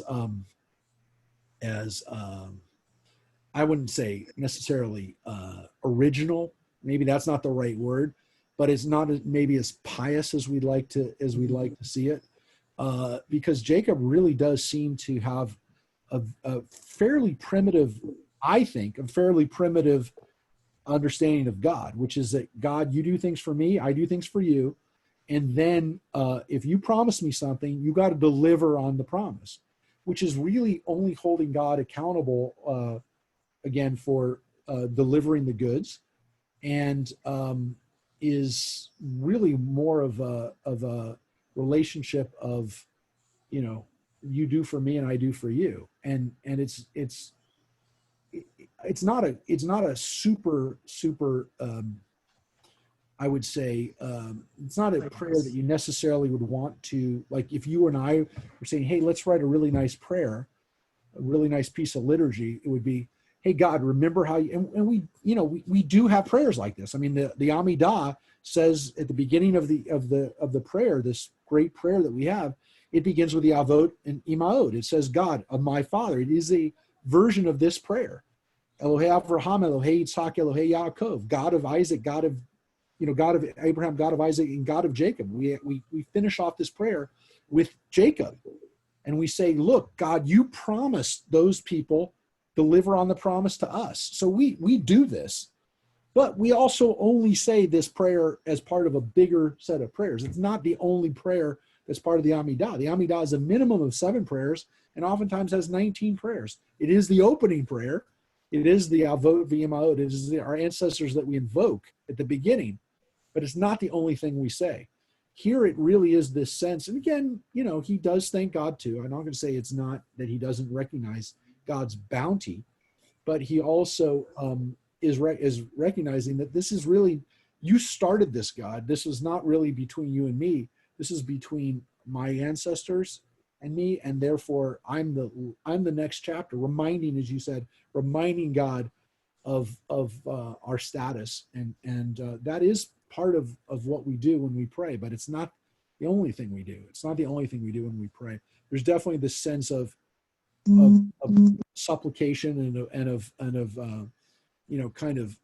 putting ourselves in a subservient position to say, we know that maybe we're not, we don't necessarily deserve this, but we pray for it. We hope it happens. We envision it happening. We want you to be a partner in our prayers. However you want to understand your prayer today, it's not just about, hey, God, you owe me. Probably, again, not a great way to just leave our prayers at that. Hey, God, you owe me. So let's go back and we're going to finish up today with this last section. As I said, some of it's in the Torah, a lot of it's not. Okay. Where was I? Yeah, you were right here at the prayer. He prayed to God. Oh, yes, Reverend Lynn. He prayed to God. Oh, you God of my father Abraham and God of my father Isaac, God of all who walk in the ways of the pious and do like unto them. I am not worthy of the least of all the mercies and of all the truth which you have shown to your servant. O Lord of the world, as you did not suffer Lavan to execute his evil designs against me, so also bring to naught the purpose of Esau, who desires to slay me. O Lord of the world, in your Torah, which you will give us on Mount Sinai, it is written, and whether it be cow or you shall not kill it and her young both in one day. If this wretch should come and murder my children and their mothers at the same time, who would then desire to read your Torah, which you will give us on Mount Sinai? And yet, you did speak. For the sake of your merits and for the merits of your fathers, I will do good unto you, and in the future world your children shall be numerous as the sand of the sea. Yeah, so the prayer that's in the Midrash is a little bit, it's still, you promised us, but there is this understanding that, it's a little bit more fleshed out. Self-serving. Yeah, but Is a lot of prayer self-serving? Yes, but I think that there's also this recognition and reminding God that, hey, look, you don't have a people if you don't save us. If you don't help us now, who's going to have your Torah? So it's also not just a reminder to God of what happened, but what will happen. What's in store. If when we just talk about our descendants, remember, this isn't just some, theoretical group of people. These are the people you're going to give the Torah to. So again, it has Jacob prophesizing, seeing the future, and knowing that this is going to be a people that most importantly is going to have the Torah, not this relationship that we have with God now, but that this whole group of people are going to be able to be close to God through the Torah. So again, the rabbis are very, making very clear that this is not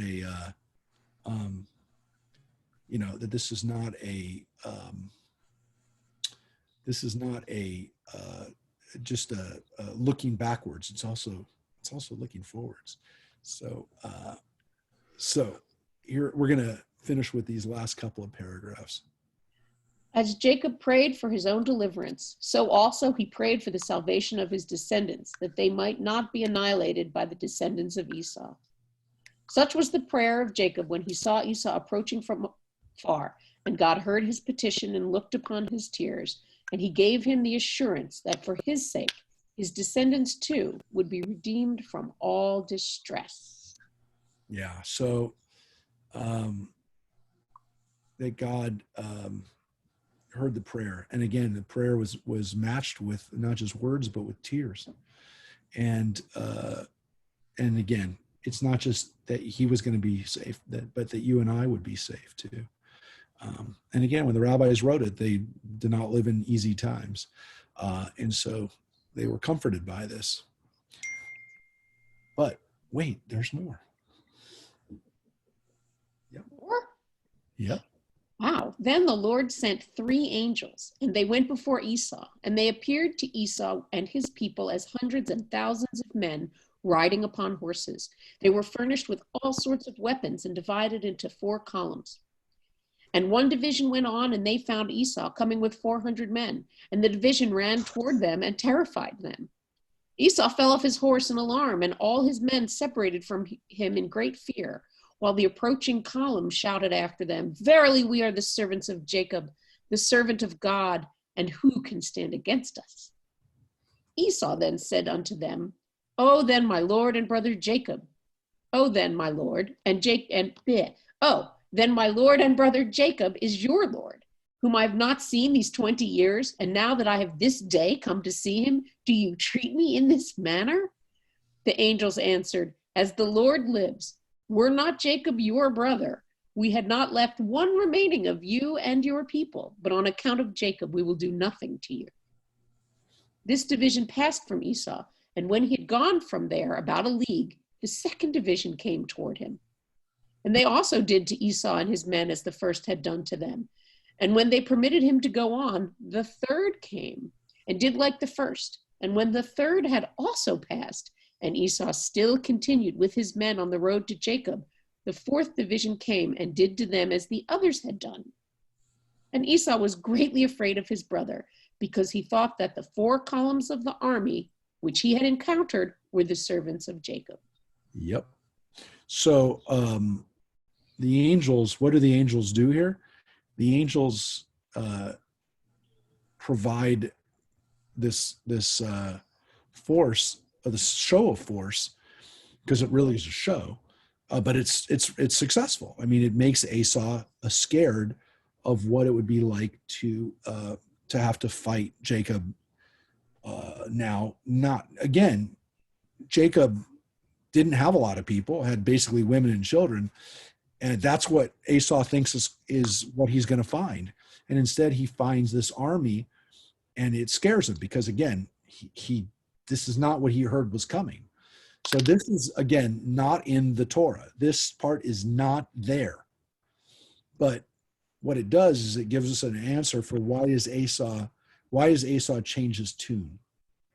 Again, the Torah doesn't say that that's not necessarily what happens in the Torah. But the Torah is not going to allow us to have Esau be anything but certain that when he comes, the rabbis are not going to have that. That doesn't fit their narrative, which is that Esau is incapable of ever doing anything other than wanting to destroy his brother. And the only thing that's going to stop him from doing this is a show of force. But again, sometimes a show of force, according to the rabbis, is a good thing because it stops bloodshed. That sometimes just knowing that this could happen, and that's why we do these war maneuvers and why people trot out their missiles and do missile tests, so that they don't have to go to war, so they don't actually have to fight. The threat of what can happen is enough. And again, you can make the argument that it stinks that North Korea has nuclear weapons, but the fact that every time they had a missile test that they got something else for it, it's a whole lot better than them killing people in Korea or in Japan when they wanted to act out. So this is what unfortunately happens even in our own day, where we have to in some cases use a show of force, but hopefully that show of force saves lives.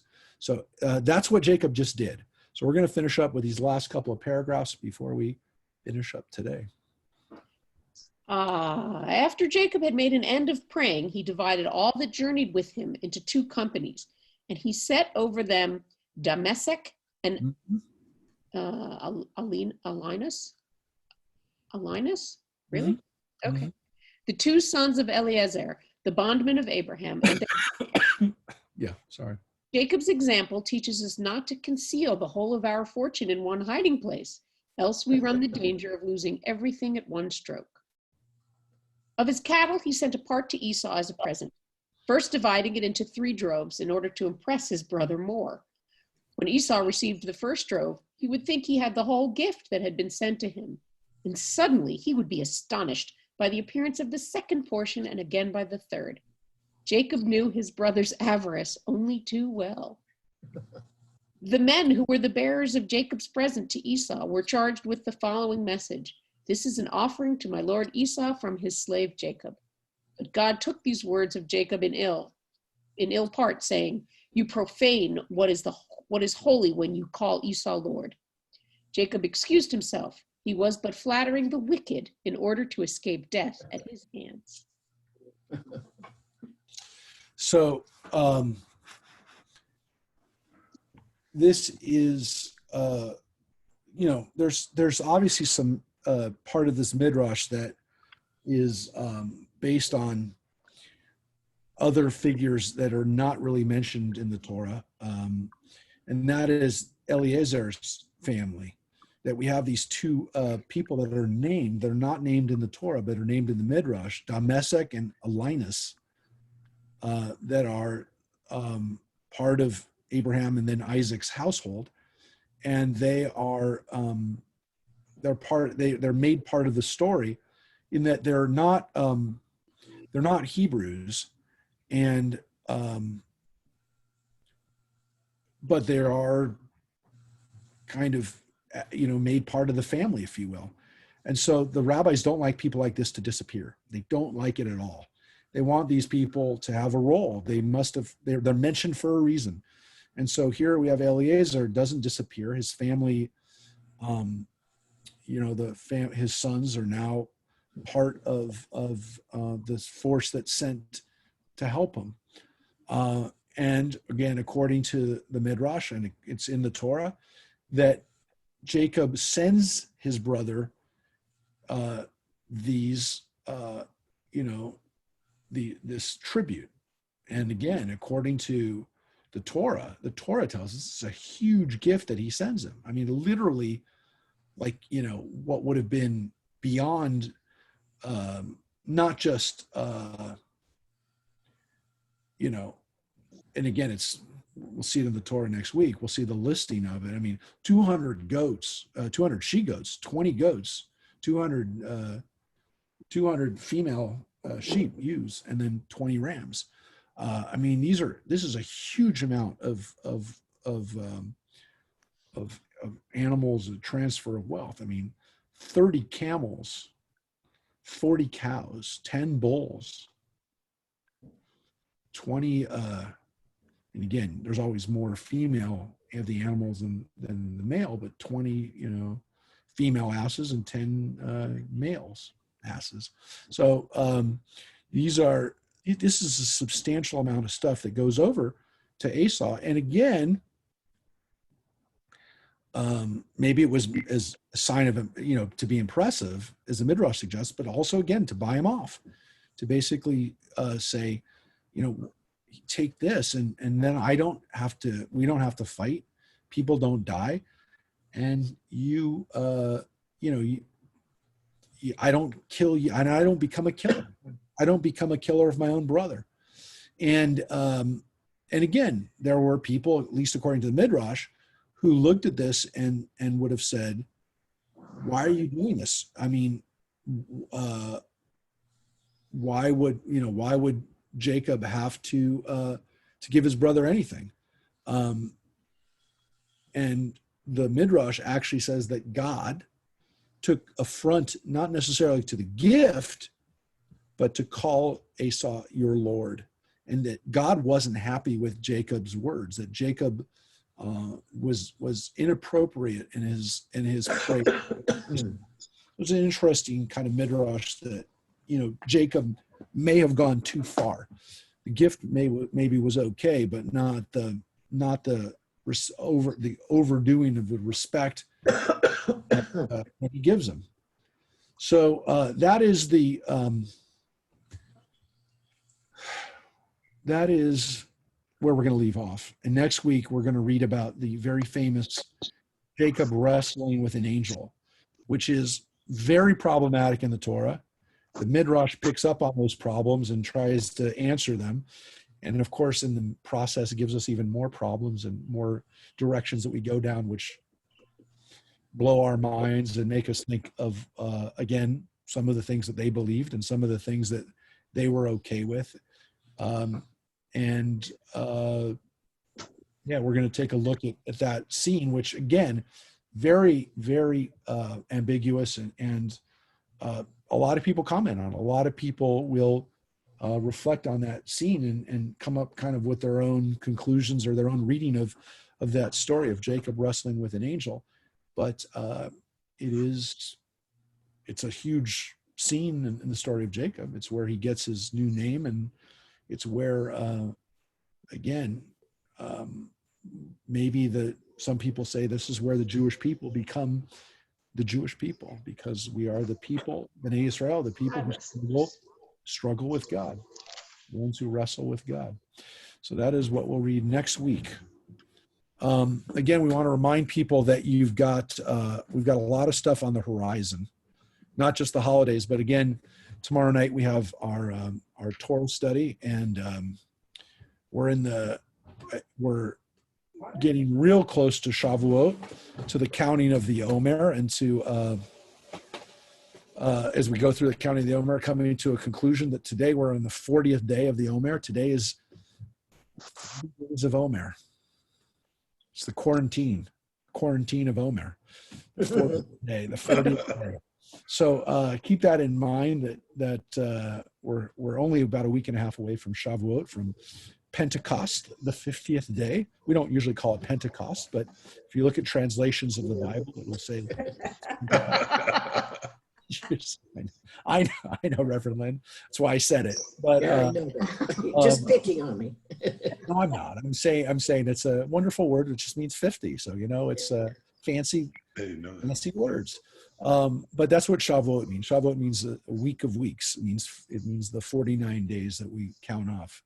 So we want to thank everybody for being here. We want to thank God for Rabbi, studying Torah. real quick before we leave. Oh, wait, I'm just going to finish the blessing. Baruch atah Okay. Olam. Asher kitshanu b'mitzvotav v'tzivanu la'asok b'divrei Torah. And remember that, again, tomorrow night we'll read the Torah portion, Numbers, and I am going to share later today my own take on the book of Numbers, because I've decided that there is a time for me to comment on the Torah, especially when it relates to our modern day. So we usually share something during the Torah study on Wednesday, but for those who don't join us on Wednesday, I wanted to give like a 2-minute drash on the Torah portion on Numbers and what it can teach us. Yes. Did you hear your governor yesterday about houses of worship in a few weeks? Yeah. I was kind of hoping that was going to be a little bit different today. I mean, it was going to be a little different message because we have our adult B'nai Mitzvah. Let me just say, we have our adult B'nai Mitzvah in 3 weeks, on the 6th of Saturday, the 6th of June. And again, we're hoping to have, the goal, and I think what we'll be able to do is have our B'nai Mitzvah in that room for that event. We have a rehearsal schedule, or no, we have a class scheduled for the B'nai Mitzvah tonight. And I was hoping that they would announce by the 15th or, whatever, by today, that we would have been able to go back into the room. And I was hoping to be able to have that session on the 19th tonight in the sanctuary. So we're close, but I really was hoping that we would be able to be in there by this weekend or by today. But we'll do a rehearsal. I mean, hopefully next week or 2 weeks, the week before the B'nai Mitzvah, the adult B'nai Mitzvah, we'll be able to get in and give people a chance to read the Torah and to look at it before. But I'm pretty sure, God willing, we'll be, and I really do mean these things that are out of our control. Some of them are in our control, that we'll be able to be in the sanctuary for the adult B'nai Mitzvah, at least some of us. So we are going to have our cameras installed by then so that you'll be able to follow it along. That is our goal, to have the cameras installed in the next couple of weeks, so that you'll be able to see whatever we do whenever people can gather together without. You're gonna live stream services then? I'm not sure. We're not sure yet. I think, again, depends on what we can do, what the sound looks like, what probably it'll be a hybrid version of that. We do have some good things that we're going to be announcing in the coming weeks.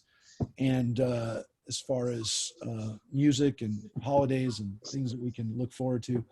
But again, some of it is out of our hands. Some of it's in our hands and washing our hands, and always having the Purell by, even when I'm talking to you guys on the computer.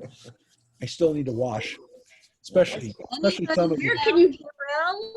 Where do What? you buy it? What? Has Oh. anybody found Purell? No. Oh, Mary has. Where? Bonds. Where? Bonds. Bonds. Oh, It's definitely starting to come back in shelves. I will tell you, and people who know me know that I always have it near me. So I've had more than enough through this time because I had so much of it to begin with. That's You're hoarding early. when you're a germaphobe. Germaphobe. When you always have Purell, and I have it in my car. I have it always hidden or somewhere. You never know. I meet some pretty dirty people. So Rabbi, this is Doreen. Doreen. So there might be class next Tuesday at the temple? No, I didn't say that. It's I know funny. you didn't. It's funny how I didn't say that, but some people heard that. I don't know.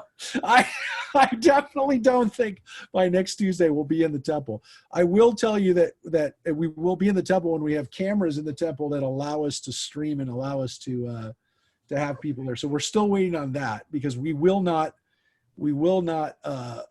until we know everyone's going to be safe. We can't put people in harm's way. So I will tell you, we're definitely thinking about how we're going to do it. And we are working on it. We actually have some people we've done some of the work already. We still have a lot of work we need to do. But quite frankly, just so everybody knows, we actually got some PPP money. We got some of that payment protection. So that's good. We didn't get a lot. I mean, we didn't ask for a lot. So I just want you to know that, we're going to be okay in the sense that, we'll be here for the time being. We're not taking anything for granted, but we are going to make sure that we have this equipment in the sanctuary. So it is an extra cost, but it's not a huge cost, and committed to doing it. So thank you, everybody. Stay safe and stay healthy too. Do what you have to do. Good to hear everybody's voice. Bye-bye, everybody. Bye-bye. Bye, everybody. Rosemary, do we have a baby? Not yet. I'm told that if the baby doesn't pop by Saturday, they're going to induce. Oh, We're gonna pull it I'm out. dying for you to become a grandma. Yes, I'm waiting too. That's something good to look forward to for sure. All right. Take care, everybody. Thank You you. too. Thank Bye. you.